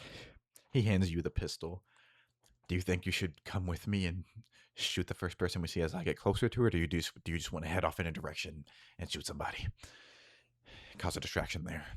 I don't know what's smarter. I can't think. It's like there's thoughts that aren't my own in my head. I'm so tired. I'll cause a distraction. Okay. Tell them they can't give up. They still have to be together as a crew. He hands you the pistol and he like gingerly, kind of awkwardly almost, kisses you on your forehead and just holds your shoulders. And he just quickly runs off. And you just kind of sit there. You're free. You have free range. You're open. You have a gun. I'm going to check how many bullets I have. It is one. It is a flintlock style. Okay. I'm going to stand. Do I recognize at all where I am? Give me a perception check. 13. 13. You seem like you're in the hallway that was adjacent to that first elevator that brought you down, which was itself adjacent to the rest of the prison cells. So you were in the fighting pit next to the elevator that rose you. And then when you got rose again, there was some intermediate area. That's where all the prison cells were. That's where the conveyor belts were, the workers' belts, the slave belts, the dead body belts. That's where everything else is. So there's this whole range, and then there's the fighting pits. I'll go down to the fighting pits. Okay, yeah, so you're still there. You creep around. You're able to find an ongoing fight between two people you don't recognize, just an elf and a dwarf. The dwarf is like biting him and taking chunks out. Do I see anybody, specifically nobleman or Baraka, in the crowd? Give me a perception check. 8. Just two people of note. Baraka is above, cheering on, like whooping her hand and pounding her chest. And you see that same woman with the veil on, the mourning veil, just looking over it, undiscernible. Everybody else seems like lower meager status of noble or guards that are on break or somehow prisoners that are attendants to this fight. Those seem like the most two important people. Oof. There's a decision in mind where she shoots Baraka because that's the one she knows and she just wants her dead. Or she shoots the woman in the veil because she wants to physically beat Baraka herself. Ooh. Got a coin? I don't. I do have evens and odds on a D4 though. Ingenuity. Give me odd or even. Even. Give me what choice that is. I don't know. Baraka. Okay. To just kill her? Yes. Okay. To attempt to, you have a flintlock. All right, we're going to shoot Baraka. You just aim your gun between these window panes of wood and pull the hammer back. Give me an attack roll. That's my dex. 8. Are you proficient in firearms? Nope. A gunshot just rings out. You see a guard was going up to talk to her, and he gets dropped, and she just looks over. Scatter! She yells out, and guards begin rushing. Guards that are like on the inside of the walls turn and see you through multiple wood panes. What would you like to do? I'm just gonna literally throw my arms up and then throw the flintlock pistol away and like taunt them, turn and run. They slide through and begin aiming at you. You hear Baraka land, jumping into the pit to rush after you. Give me an athletics check to run away. Can I have advantage because they weren't expecting me? Sure. Oh my god, 11.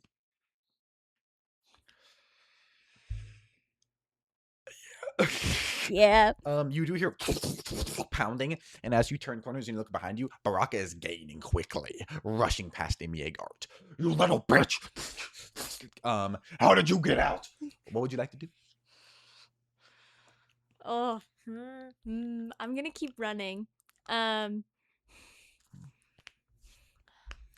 I got a little bored waiting for our fight, Baraka. Thought I'd start it a little sooner. Give me an athletics check. Okay. 24. You are escaping her now. You've made like almost an entire ring around. You could continue going around the ring, or you could go to that elevator if you're about. I'll go to the elevator. Cool. You just enter the elevator. What would you like to do? Start pulling myself up. Give me an athletics check. Oh my god, 14. Baraka's gonna run up, grab the bottom of the wood of the cage, and just begin pulling it. And she breaks it free and kind of slams it down as you splinter up your side. And she grabs a wooden panel, and as you kind of fall and turn, slams it, and you do not lose consciousness, but you do get That one breaks in half. She grabs another. She kind of stabs one of them into your leg to pin you in place and just starts wailing on you. You pathetic! You try to kill me? That's the second time I've been shot at in like 2 days. Slamming you into the ground. She like grabs a splinter that's emitted off your rib cage and works it into you internally, like fingering the gash in your side and pushing it in as you feel it pierce your lung. And then she grabs you and starts dragging you. She grabs you and pulls you hard enough that it breaks the wood that has stabbed you into the ground, and that breaks off, and she just begins dragging you, leaking blood, as guards are like watching from far away, terrified. This is what you wanted. And she just looks down at you. Speak! Oh, come on. They normally give me healing potions before a fight. You don't need that. Tell you what. She brings you to a wall where there's a ton of weapons and slams you up against it, and some guards come up. You want this. You want this. Crystal off. And she grabs your left hand and puts it up. So bad, don't you? Hold her there! And men come up and start holding you. And she begins going over to weaponry and just looks at it. Choose one. She grabs an axe, a large war axe, turns and throws with both hands, and it begins to hit you. And you look over, and it's just hit the wall. But it has hit your arm, and your stump, and your left arm is cut off. And you hear your hand hit the ground. As you... There. It's off. And she grabs you and throws you to the other side of the room and begins dragging you by your foot as your arm's just spurting blood out. And she goes to a worker's area as people go, oh my God. And you hear one go, is that Quartz Fury?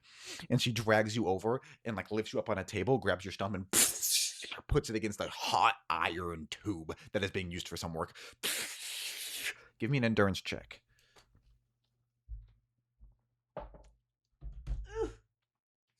16. With that, you focus, but you've smelled a lot of burnt bodies. You're not used to smelling your own. You fade out again. And as you fade back in, bandages all over you. You definitely still feel wood in you. Your bandages are soaked through. You're kind of in and out of it. You're on a chair, and one guy slaps you awake. Baraka stares at you. No one is coming for you, and you are not getting out. So if I have to cut off limb from limb to keep you here, that's what I'll do. So now you're a cage fighter with one hand. You begin regaining consciousness and regaining some nerve.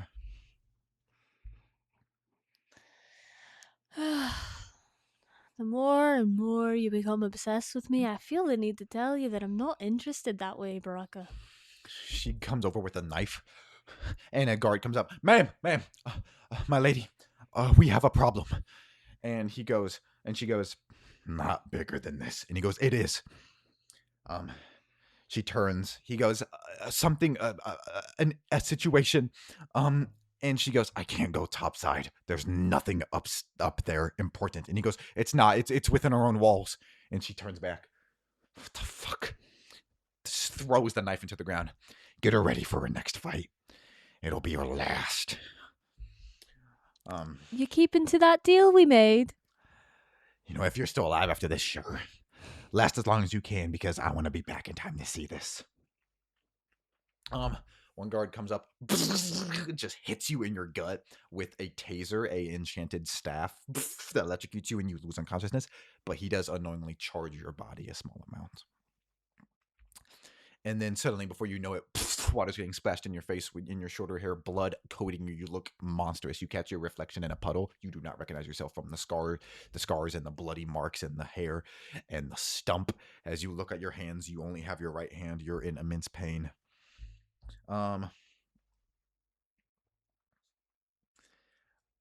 You get tied up by ropes. You hear a guy go, sorry, but she said this is supposed to be your last. You don't get your stump tied down, but you do get your arm tied down and another bag put over your head. And then you just get shoved down into a fighting pit. And you hear something that sounds more like a beast than a man.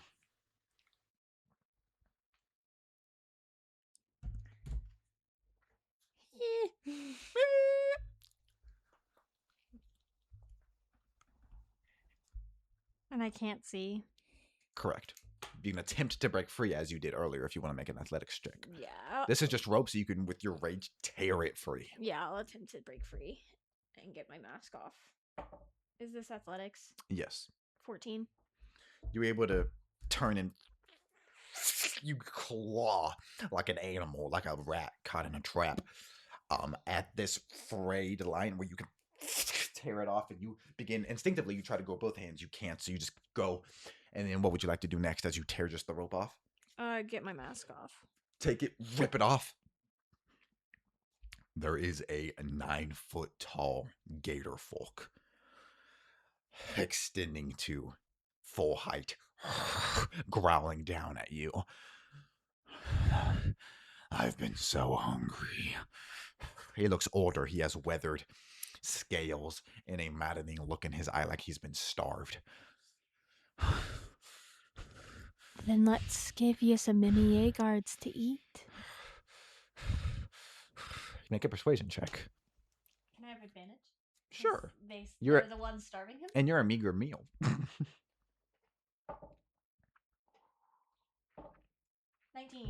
19. That's where this episode is going to end. And the party's somewhere. If the party doesn't get found, then that issue Baraka was told about is something else that I have planned. And maybe they're in the stands. Maybe they're watching this happen. Maybe they're nowhere near you, and they're going to find a oh my god, I'm so scared. devoured I'm so Faunerin. I'm so scared. They do all of this, and I've just been eaten. Well, there's ways to get you back. But, so. We're going to text Grace. Save Revivify. If there's nothing else, that was session 20 of the Coral Council, a Smoldering Stump. What's the name of this episode? Hey, she's right-handed. It's okay. Is there anything you'd like to talk about? I'm so scared for tomorrow, and I can't tell them anything. No, they cannot know this happened. Bro, we got a text from Grace, like, at the very end of this, and I was petrified that somehow she saw my location. And no, she was talking about something else. I've been telling them to make a plan so hard. And I like that I'll get messages from all three of them at the same time, where I can tell they're talking about it. I'll look down. Someone, Ashton's asking to make a perception check. Jake's asking to make a history check. Nova's looking around. I'm like, oh, fantastic. They're talking about it. Perfect. Oh my gosh. This was such a, because Fonrin's, like, outward actions versus her mental battle. That was so fun to do. Yeah. Like, in the moment, especially. Fun be the word I use. Oh my god. Like, and it like just coming out whenever, like, her mental state coming out whenever she saw those visions of those people, especially when she was, like, begging Cersei to help her. Yes, very eventful this session. And then tomorrow, I'm not even there for the first, like, half of it. Yeah, I was thinking, until they find me. I was thinking, like, I won't make you sit outside. I'll probably just have you sit right there. I was like, I wasn't going to sit outside. I was going to sit on the couch. I know, yeah. Like a dignified person. Well, also, like, I don't want them to have to just explain everything to you. Yeah. Like, that happened in the first half. There's no fun in that, in my humble opinion. Also, I would have sat outside and watched the stream. So you can't stop me. What were you expecting me to do? This is where Ellie will be in the future. Look at the camera. I put it over there. Intentionally this time. In the corner. The corner. The corner. No, I had a very good time. Did you? Fauna genuinely, for the first time in her life, had, like, consistently good rolls until she had to fucking see something. Or she was fighting Cersei. And I think fighting Cersei, that's so sad. It, like, made so much sense. I agree. Like, and now Fondren has to break it to the party that she's the one who killed Cersei. Also, I still have her horn in my inventory, technically for the fight with the Gator Man. This is correct information. But I tried to convince him to eat the MEA cards. So You rolled pretty high. I rolled pretty good. Ah! Now, I want to be very clear that I do not know the group's plan Yes, this is true. at all, and that's how I wanted it. But, Ellie, there's a possibility they're going to be just up as MEA guards. Now, those uniforms might be ditched by the time they get so low. I don't know. I have no idea. Also, you can watch, timeline-wise, I probably won't, like, in the playlist place episode 20 before episode 19, session 20, session 19, but you can see what happened. If you are watching these out of order for whatever reason, you can see what happened to Edward at the end of last session. Yes. He did find the party and say, hey, Fonwin's down there, we gotta do this, this. The only thing that had to happen tonight was Edward had to leave. But you could have said, fuck off, I don't want to talk to you for whatever reason. Yeah. And then Edward would have left on his own accord. You could have seen him leave, and maybe if he got injured. I mentioned he was holding his side when he showed up, so if you went with him, he would have got sniped in the side. So you saved half him happening, even though he was still holding his side. Yeah. I saved myself from seeing it. Yeah. Yay! Yeah. Denial is a river in Egypt. No, I like Your husband is good. just also the progression that Fonrin has had just over the course of all these episodes. Yeah. I was like, because in episode 1, she probably would have been so excited to fight Cersei. But now the gut wrenching. In episode 2, she actually did fight Cersei. More than just that, I feel like you've come to physical blows. That was the worst one. That was in the precinct. You guys were in the interrogation room. Yeah.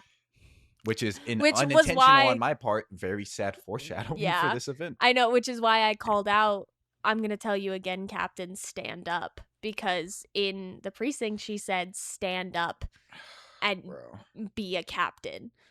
So rough. I can't wait till you guys find out what the fuck's going on. Every session, I just feel like Mr. Evil Man.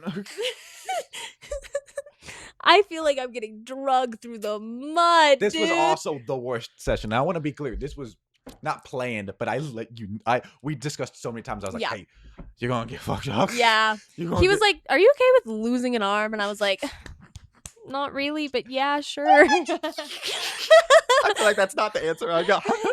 I was like, well, let's look it up. No, I'm kidding. I probably said, yeah. Sounds great.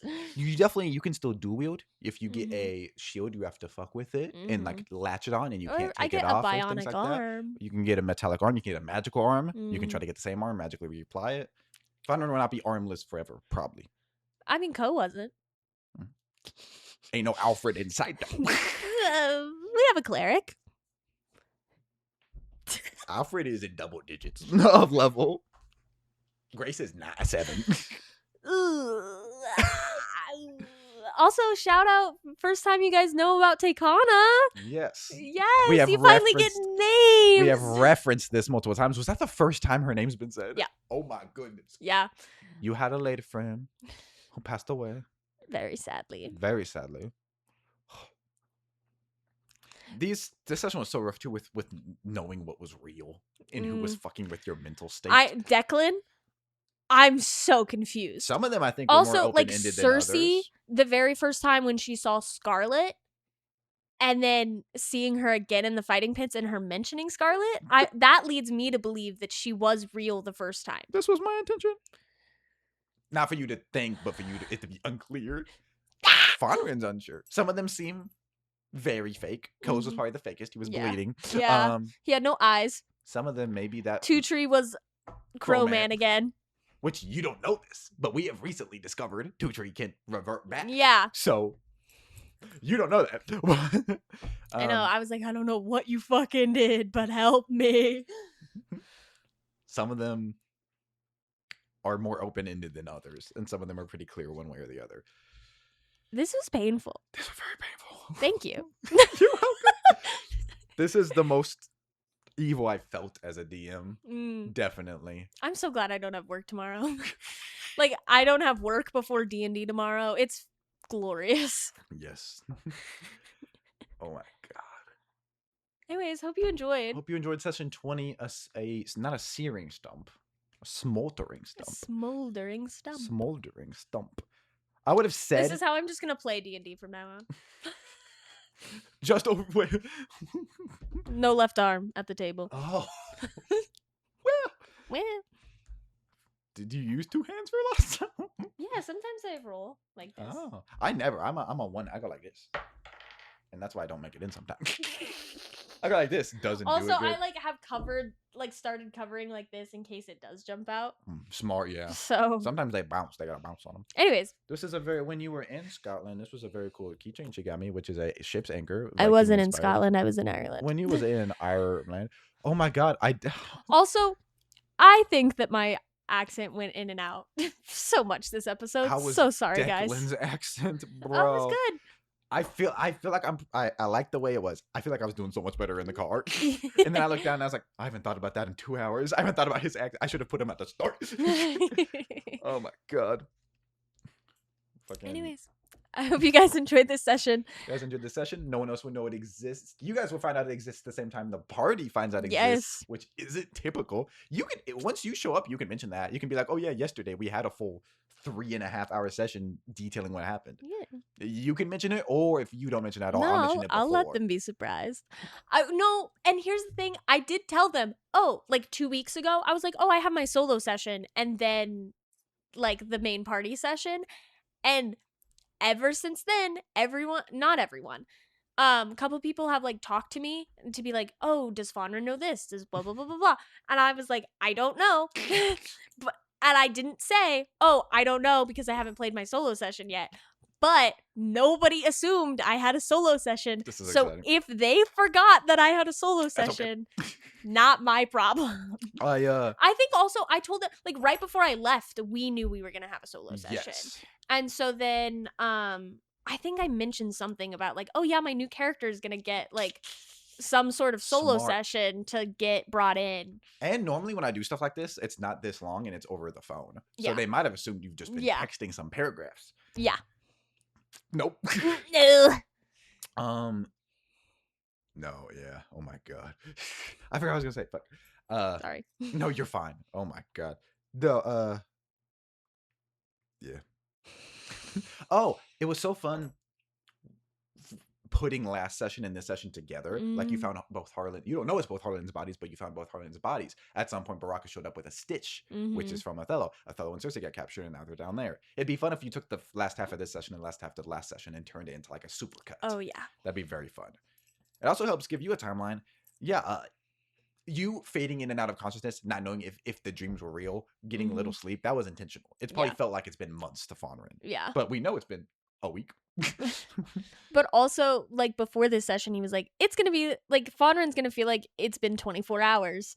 And so, like, it's it's been a day or a month. Yeah, it's like felt like both. And the only reason Fawnrin knows it's been longer than a day is because Baraka said, I haven't been shot at for like I got shot at 2 days ago, which I did the math and I was like, maybe not 2, whatever. I think it was last night, babe. She said whatever was correct. Yeah.